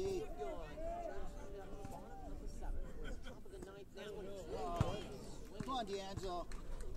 Shake it up, shake it up. Throw your power up there.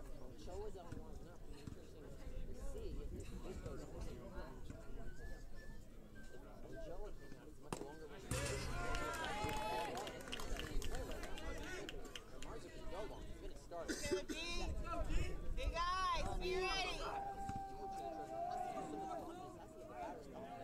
Marzo looks so much more confident out there. Fleetwood is back in the car.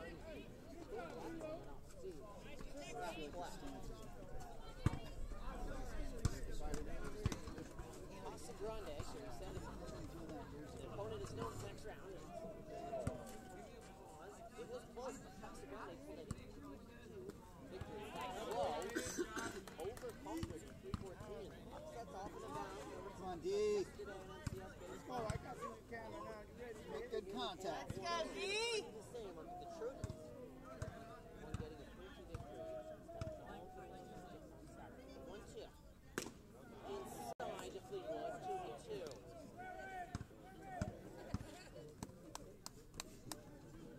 Fleetwood. Ready, D. Marzo missed. High. Fleetwood was confused on the balls and strikes. That was ball 3. First for a walk. Ball 3. Coach Salvatella cheered for the ball. He felt that was a strike. Marzo tried to strike one side. Really found the rhythm. 9 down in his second of war. Here, this one is hit hard and to the left, but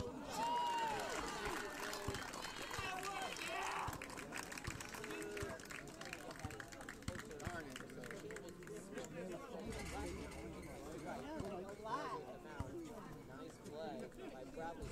Only hard off Fleetwood, but the inning is retired. And the Trojans have once again another chance to win it as we head to the bottom of the ninth. What a thriller this has been. Good pitching last inning by Jameson Poptanapovich. 1, 2, 3, and we'll see if he's able to do the same here. But the Trojans, again, another chance to win it. And again, the pressure goes on. The Gauchos, they haven't really seemed to field it at all. They've had great fielding throughout. Really stayed calm out there. Played confident baseball this entire game. And it showed. Right now, the Trojans are going to have to win. Gauchos are not going to go out there and make any mistakes for the Trojans to win this game. That's how the runs have mostly been scored today. It's been a good played baseball game by both sides. What it's all about. Brandis will lead it off for the Trojans, followed by Smith. Gauchos, this is exactly how the seventh inning started. The Trojans got the one run across high in the beginning. 6-11 matchup here. Player. Got too much back because it has the height. Half stands, no one is going to do much.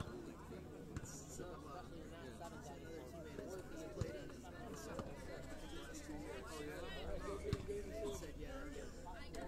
They'd seen pictures of him and they were like, 12. He was like taller than everyone. Takes it off, He had a beard and everything.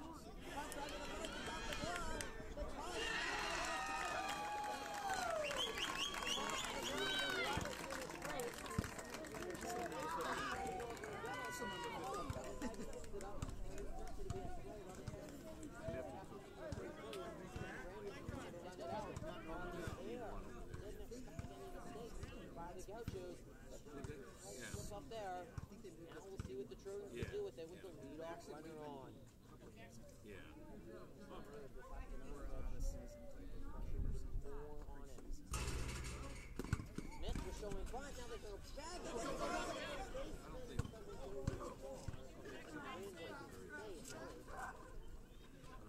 Really interesting. The smart play by Kenton Brandis not to play with big apple. Just a couple feet away from Robertson. Nowhere to go. Not a huge sacrifice bunting.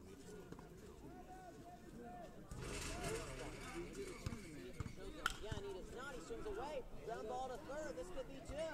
Smith running this one really well. Good fielder play at first, too, at the digs by Robertson, trying to make up for the error, but Gauchos will just get one out. The home run ball, third and second. And we're going to see more pinch hitting. Sam Jacobs comes to the plate. Decision by Coach Salvatella.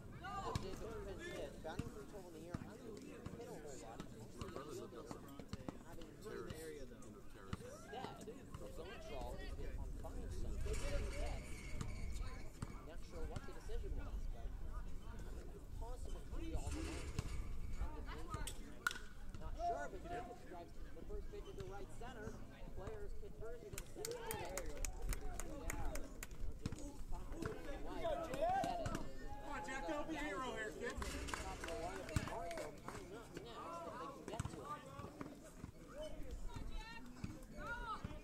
Every pitch is vital in this one. Win or go home. Turning to a bit of a marathon.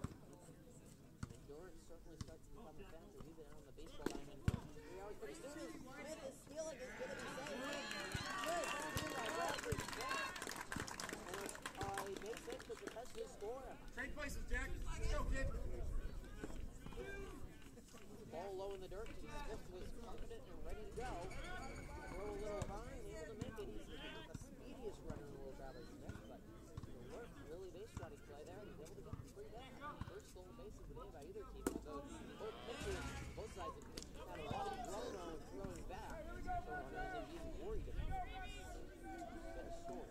26 stolen back at the team. Speediest team. Behind two, all in the count here. Maybe feeling a little bit of a moment. Papanovich steps off.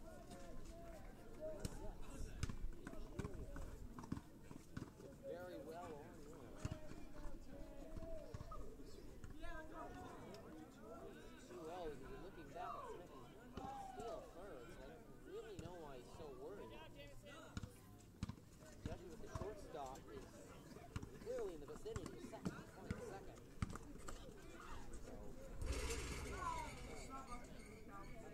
Really, he's just focused on the batter, Jack Allen. Hasn't completed his run on play, but he does throw.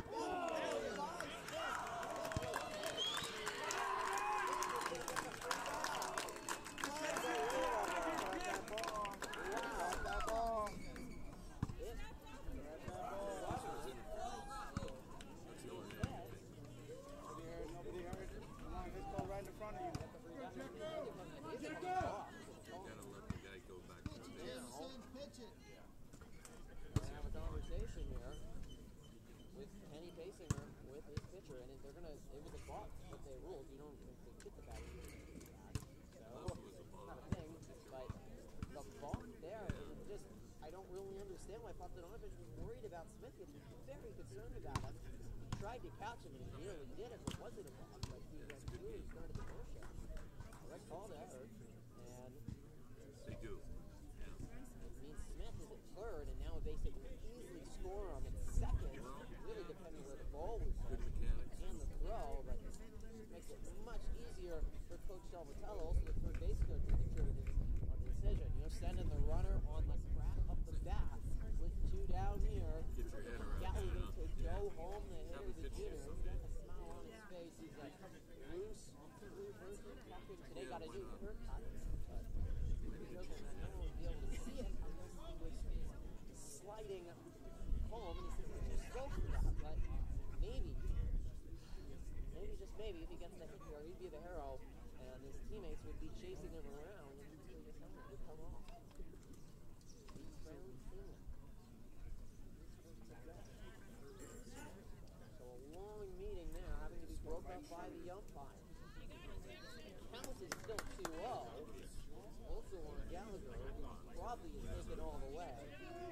situation. Toxin on it, but even though you've done nothing wrong, third, he's got a fielder's choice after an inning. Otherwise, could be over. Gallagher was thinking all the way inside. 3-0. Jeff Gallagher, a 4.2 batting average, 13 career, taken all the way.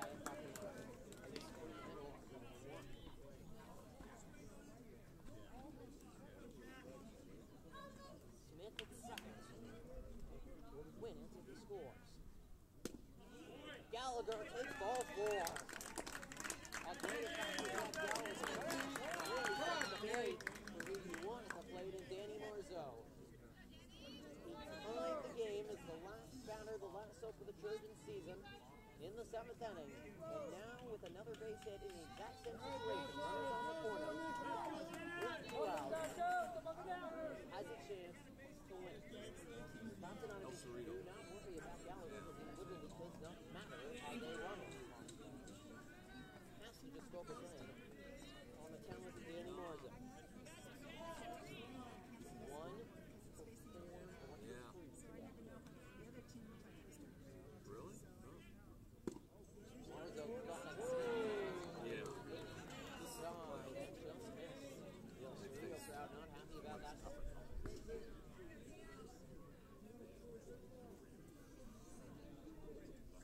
The bench. He's popped up in left field. Okay. 9 feet away. Let's go. The Trojans were. Let's go, Gaucho! Let's go, baby! Flies out, and we are headed to the 10th inning. Double digits are going to go up on that scoreboard. That did not happen a lot. So we are moving on. Unbelievable stuff here. I keep on saying it, but this has been one for the books. Will it make it before the sun ends, or could they have to come back tomorrow morning? Time shouldn't be a thought of the teams, but you can certainly start to think about it if you're the umps now. It's 7:27 currently. The sun sets at 8:20. However, due to the cloud cover, it could be much more significantly sooner than that, but they would just have to stop just because it's already pretty dark with weird clouds over it. Danny Marzo is back up at the mound, and we will see if Marzo can continue his great stuff from last inning. He pitched terrifically in the 9th, really got his stuff going. That's the inconsistency. When he's off, he really struggles, but when he is on, you cannot find too many better pitchers in all of Sonoma County, and he found something, and right now, I think Coach Salvatella is just riding him until he sees why not. And if you're El Cerrito, you can't be confident, especially if they have not hit the ball too well today at all. Keep those comments going in the live chat. Warrior has tuned in as well. We haven't had enough baseball today. Plenty going on our YouTube channel, so check that out as well.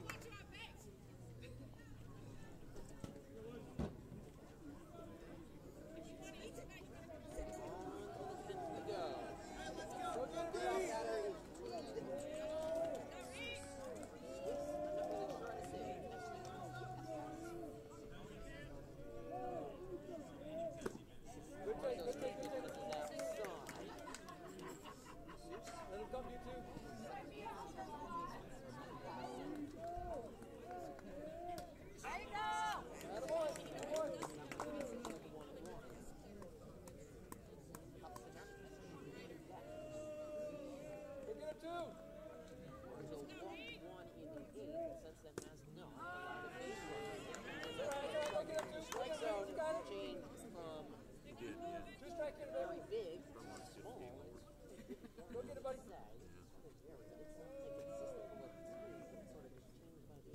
Off speed, Danny Marzo, what a pitch! Nothing you could do but head back to the dugout. A nasty change-up, losing him, especially after the fact Johnson. What else can you do with shrug your shoulders? Off speed again. Sit on it. Donning was popped and on a pitch. Okay, seen it now. Seen this great pitch not ready. Hit it though, especially because he knows the fastball is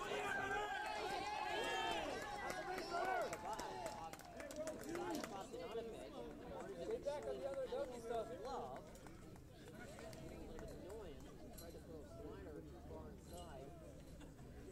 Coach Salvatello coming out to have a conversation here.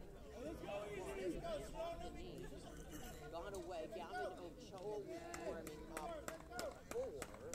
And now that is out in the pen for the Trojans now.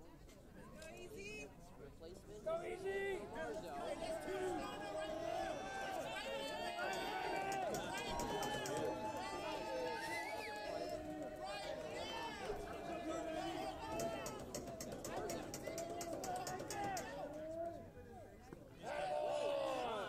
Gallagher with a really nice stop there.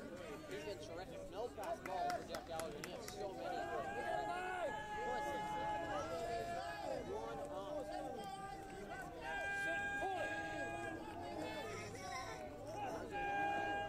First.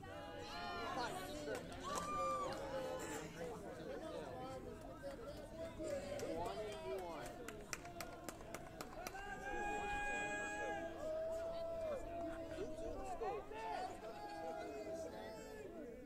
Off speed, yeah.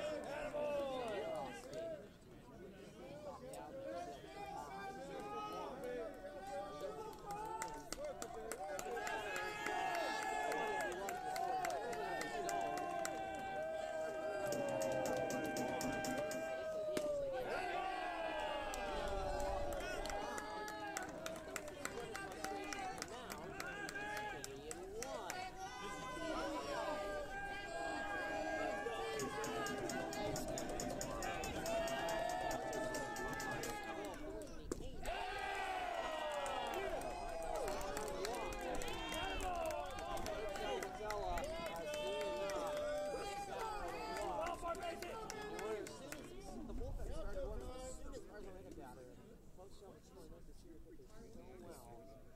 Likely knew something might go awry, and great job by Salas there. They did very well earlier today. Able to do it there, and Marzo is going to stay out there. He has a conversation. Ochoa got ready before, and now either forward or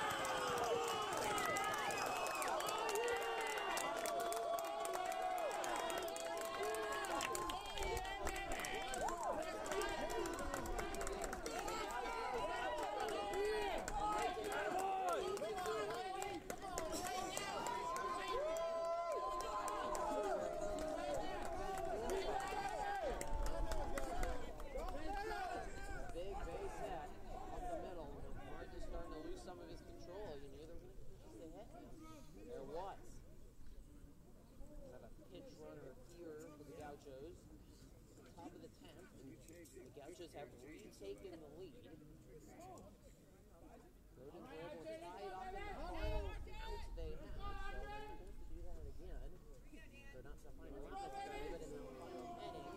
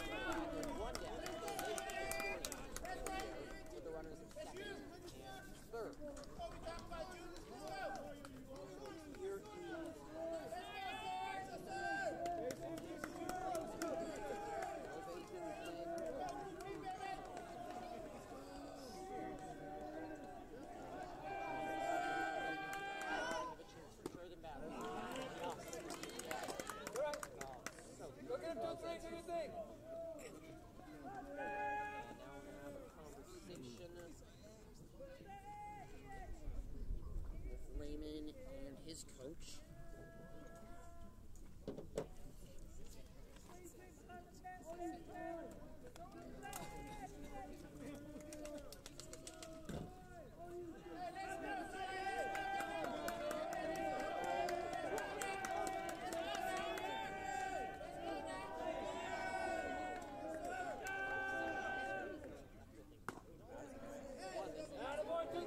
And again.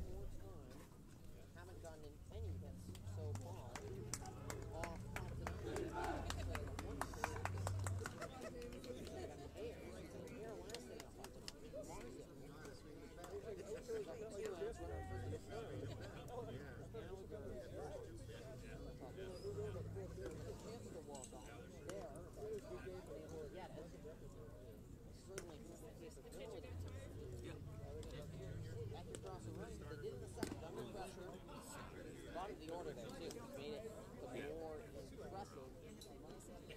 Pressure is on. More innings just goes. No, it's just more second point to winning. Over there. No longer to go on, having to face Casa Grande in that next round. I'm gonna try to hopefully get a good battery up for you in just a moment, but having the completion of batteries is this game. Slate's had a good day. He's hit a lot of hard balls too that have come straight to him.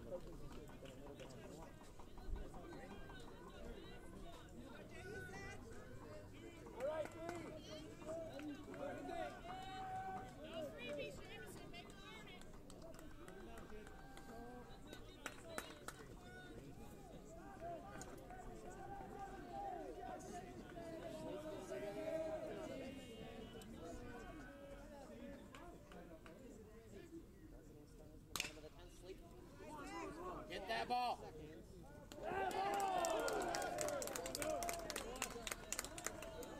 Isaac. Wrap them up, wrap them up.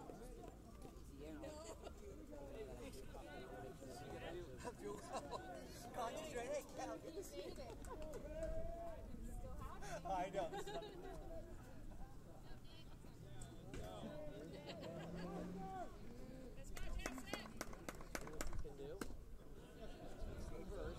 Patience is the key for the Trojans in getting some base runners last and really getting base runners all game long.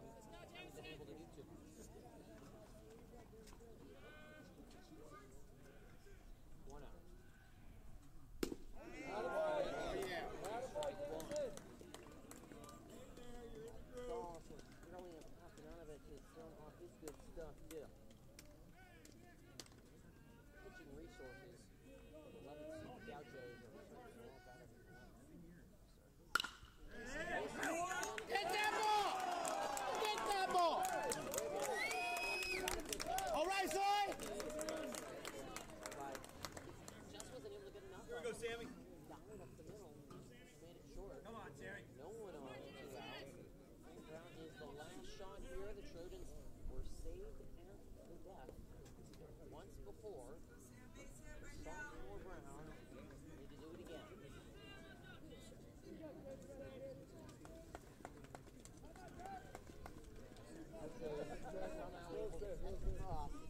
Run last inning, didn't look like anything was going against the good Marshall, but down there, one base out. So we get across, popping on the Chiggles, outfit to get a little farther back. The big hitting Brown, who just laid off. Yeah, right.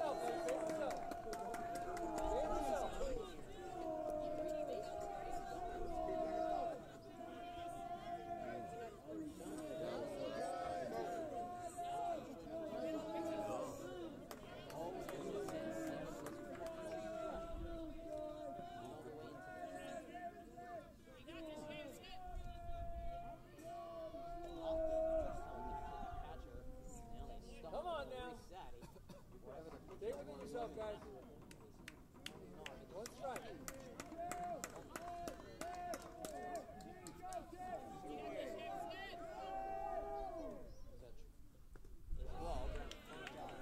Keep it right in front of you, Isaac.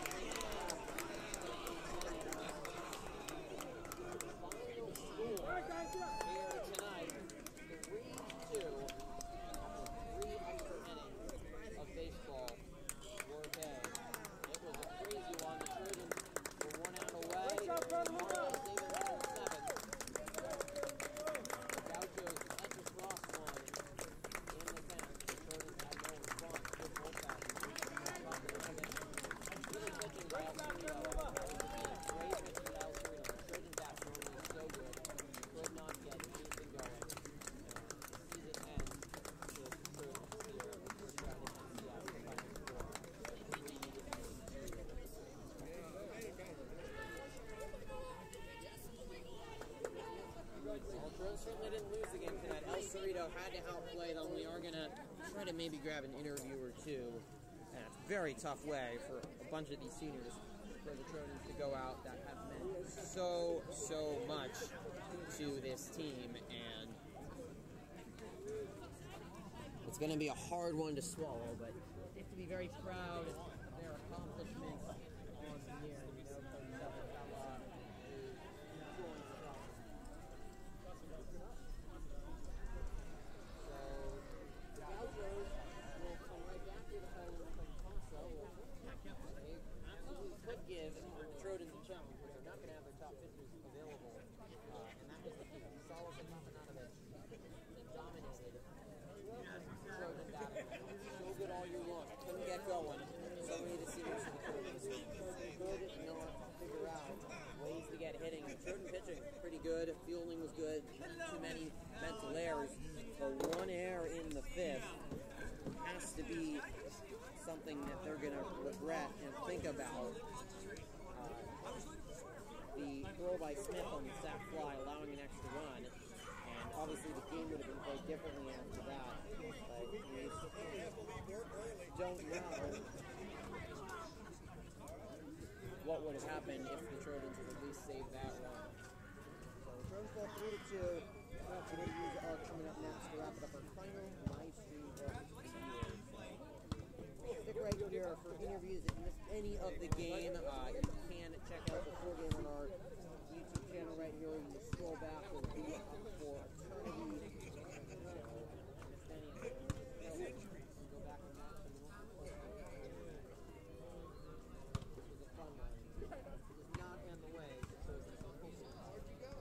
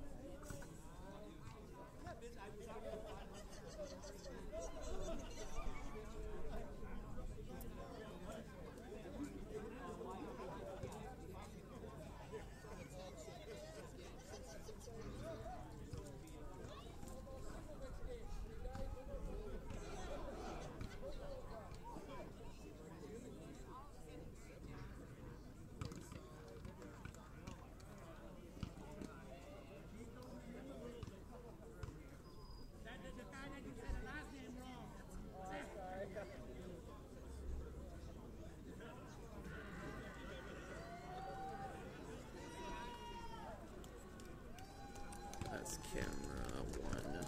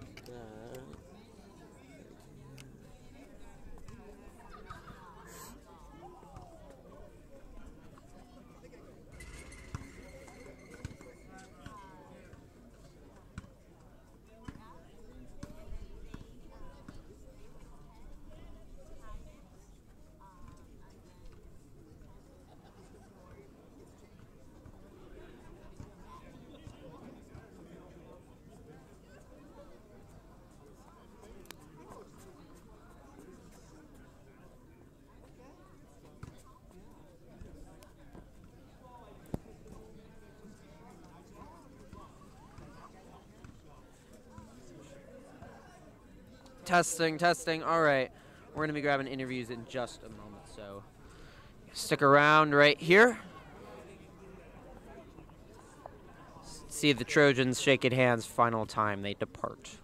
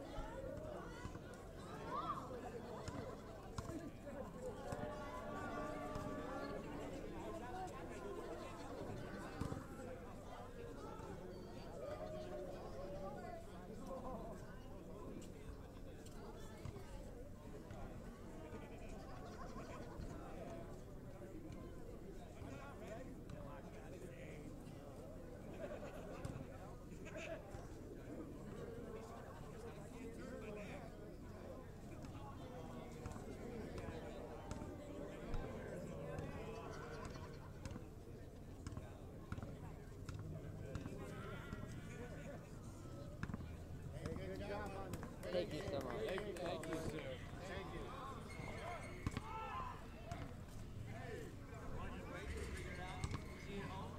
All right, we are here with Nick and Draken after the Trojans' tough loss here at NCS. This was such a crazy game, 10 innings, nearly 3 hours. You started pitching it, were in the front and center, also hitting as well. What are your reflections on this one? It's a tough one to swallow, but it happens. It shows us that we always got to battle to the last out, and we always got to come to play, and other teams will want to win just as bad as we do. You really pitched very well today. What was working at you and really helping you mow down the Gauchos for most of the game? Well, we worked a lot this week on practice. We were working on throwing a lot of strikes because a few outings this year I've been having trouble locating and kind of just riding my velo to get wins. But finally brought it together and got everything working today. You guys had a very successful year, SCL champions, SCL tournament champions. First time you guys won SCL in 4 years. How do you reflect on the year as a whole? I mean, it's really tough to end it on a loss, but like our coach said, in this tournament, 16 teams play, one ends with a win. So, I mean, I'm sure in a week or two it'll be a lot easier to look at the season in a positive light, but right now it feels kind of tough. This senior class had a lot of success. 11 seniors on this team. Over the last couple of years, you guys have piled up a lot of victories. What do you think this group has done for the legacy of Petaluma High baseball? I think mainly it's just showing the younger kids who come up for playoffs or whatever that you got to play, you got to put in the work, because a lot of us, our freshman year, we weren't anything special. And I think over the course of the years, we just put in the work to get better because we wanted, you know, improvement every day. Thank you so much, Nick. All right, that was Nick and Draken. We're going to maybe grab one more player and then Coach Shelvatello to wrap it up.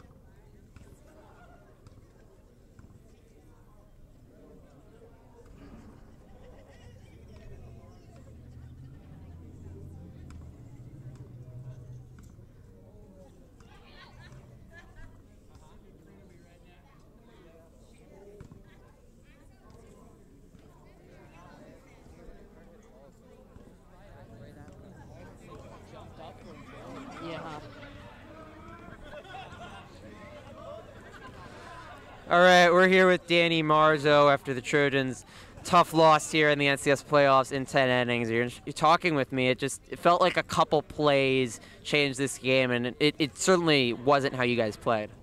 Yeah, I mean, it's just one of those games where every single edge you get, you need to take advantage of. And we had the opportunities. We put the ball in play. We smoked a few balls. We just didn't get that edge. I mean, they had probably 3 or 4 plays where the infielders just jumped as high as they could and caught it. So that's when you kind of know it's a hard game and you had to fight it. Unfortunately, we just didn't come out on top today. You did have what looked like was a very key play, 2 outs, bottom of the 7th, 1 out away from the game being over, and you lined the tying base hit into left field. Take us through that at bat and the pressure you were dealing with there. So, I mean, I was about as nervous as you could be. I didn't know what to do. I knew there was a runner, I think, on either second or third, so he really didn't want to throw a ball in the dirt. He was going to come at me with a fastball. And as soon as I saw it, I knew it was outside. And if I had taken it, he would have thrown his curveball. And he had thrown a good curveball all day, so I just swung. It was a little out in front, but it dropped. So I was as happy as you could be with that situation. You guys have had so much success hitting all year long. Why was El Cerrito really able to get you guys off balance for most of the game? I think part of it was a huge difference between NCS and league play. I mean, NCS is the top 16 teams in Northern California, so they're going to have better pitching. That kid located all 3 of his pitches. He threw pretty hard too, which is totally different than what we see in league. So just that adjustment is always hard. You've meant a lot to Petaluma baseball, both here at Petaluma High and on the Little League World Series team. Your final game here at Petaluma, how do you reflect on the last 12, 15?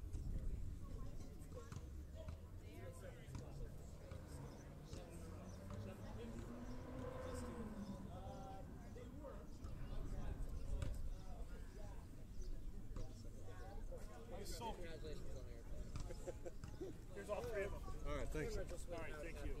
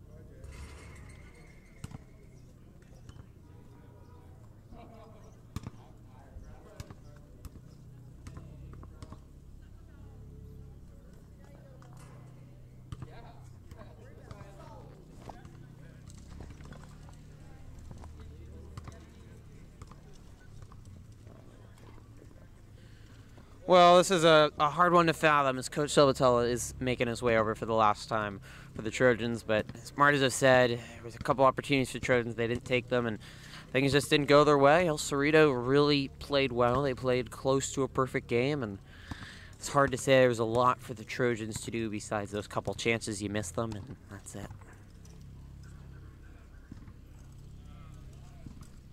All right, thank you, Coach, and back up a little bit.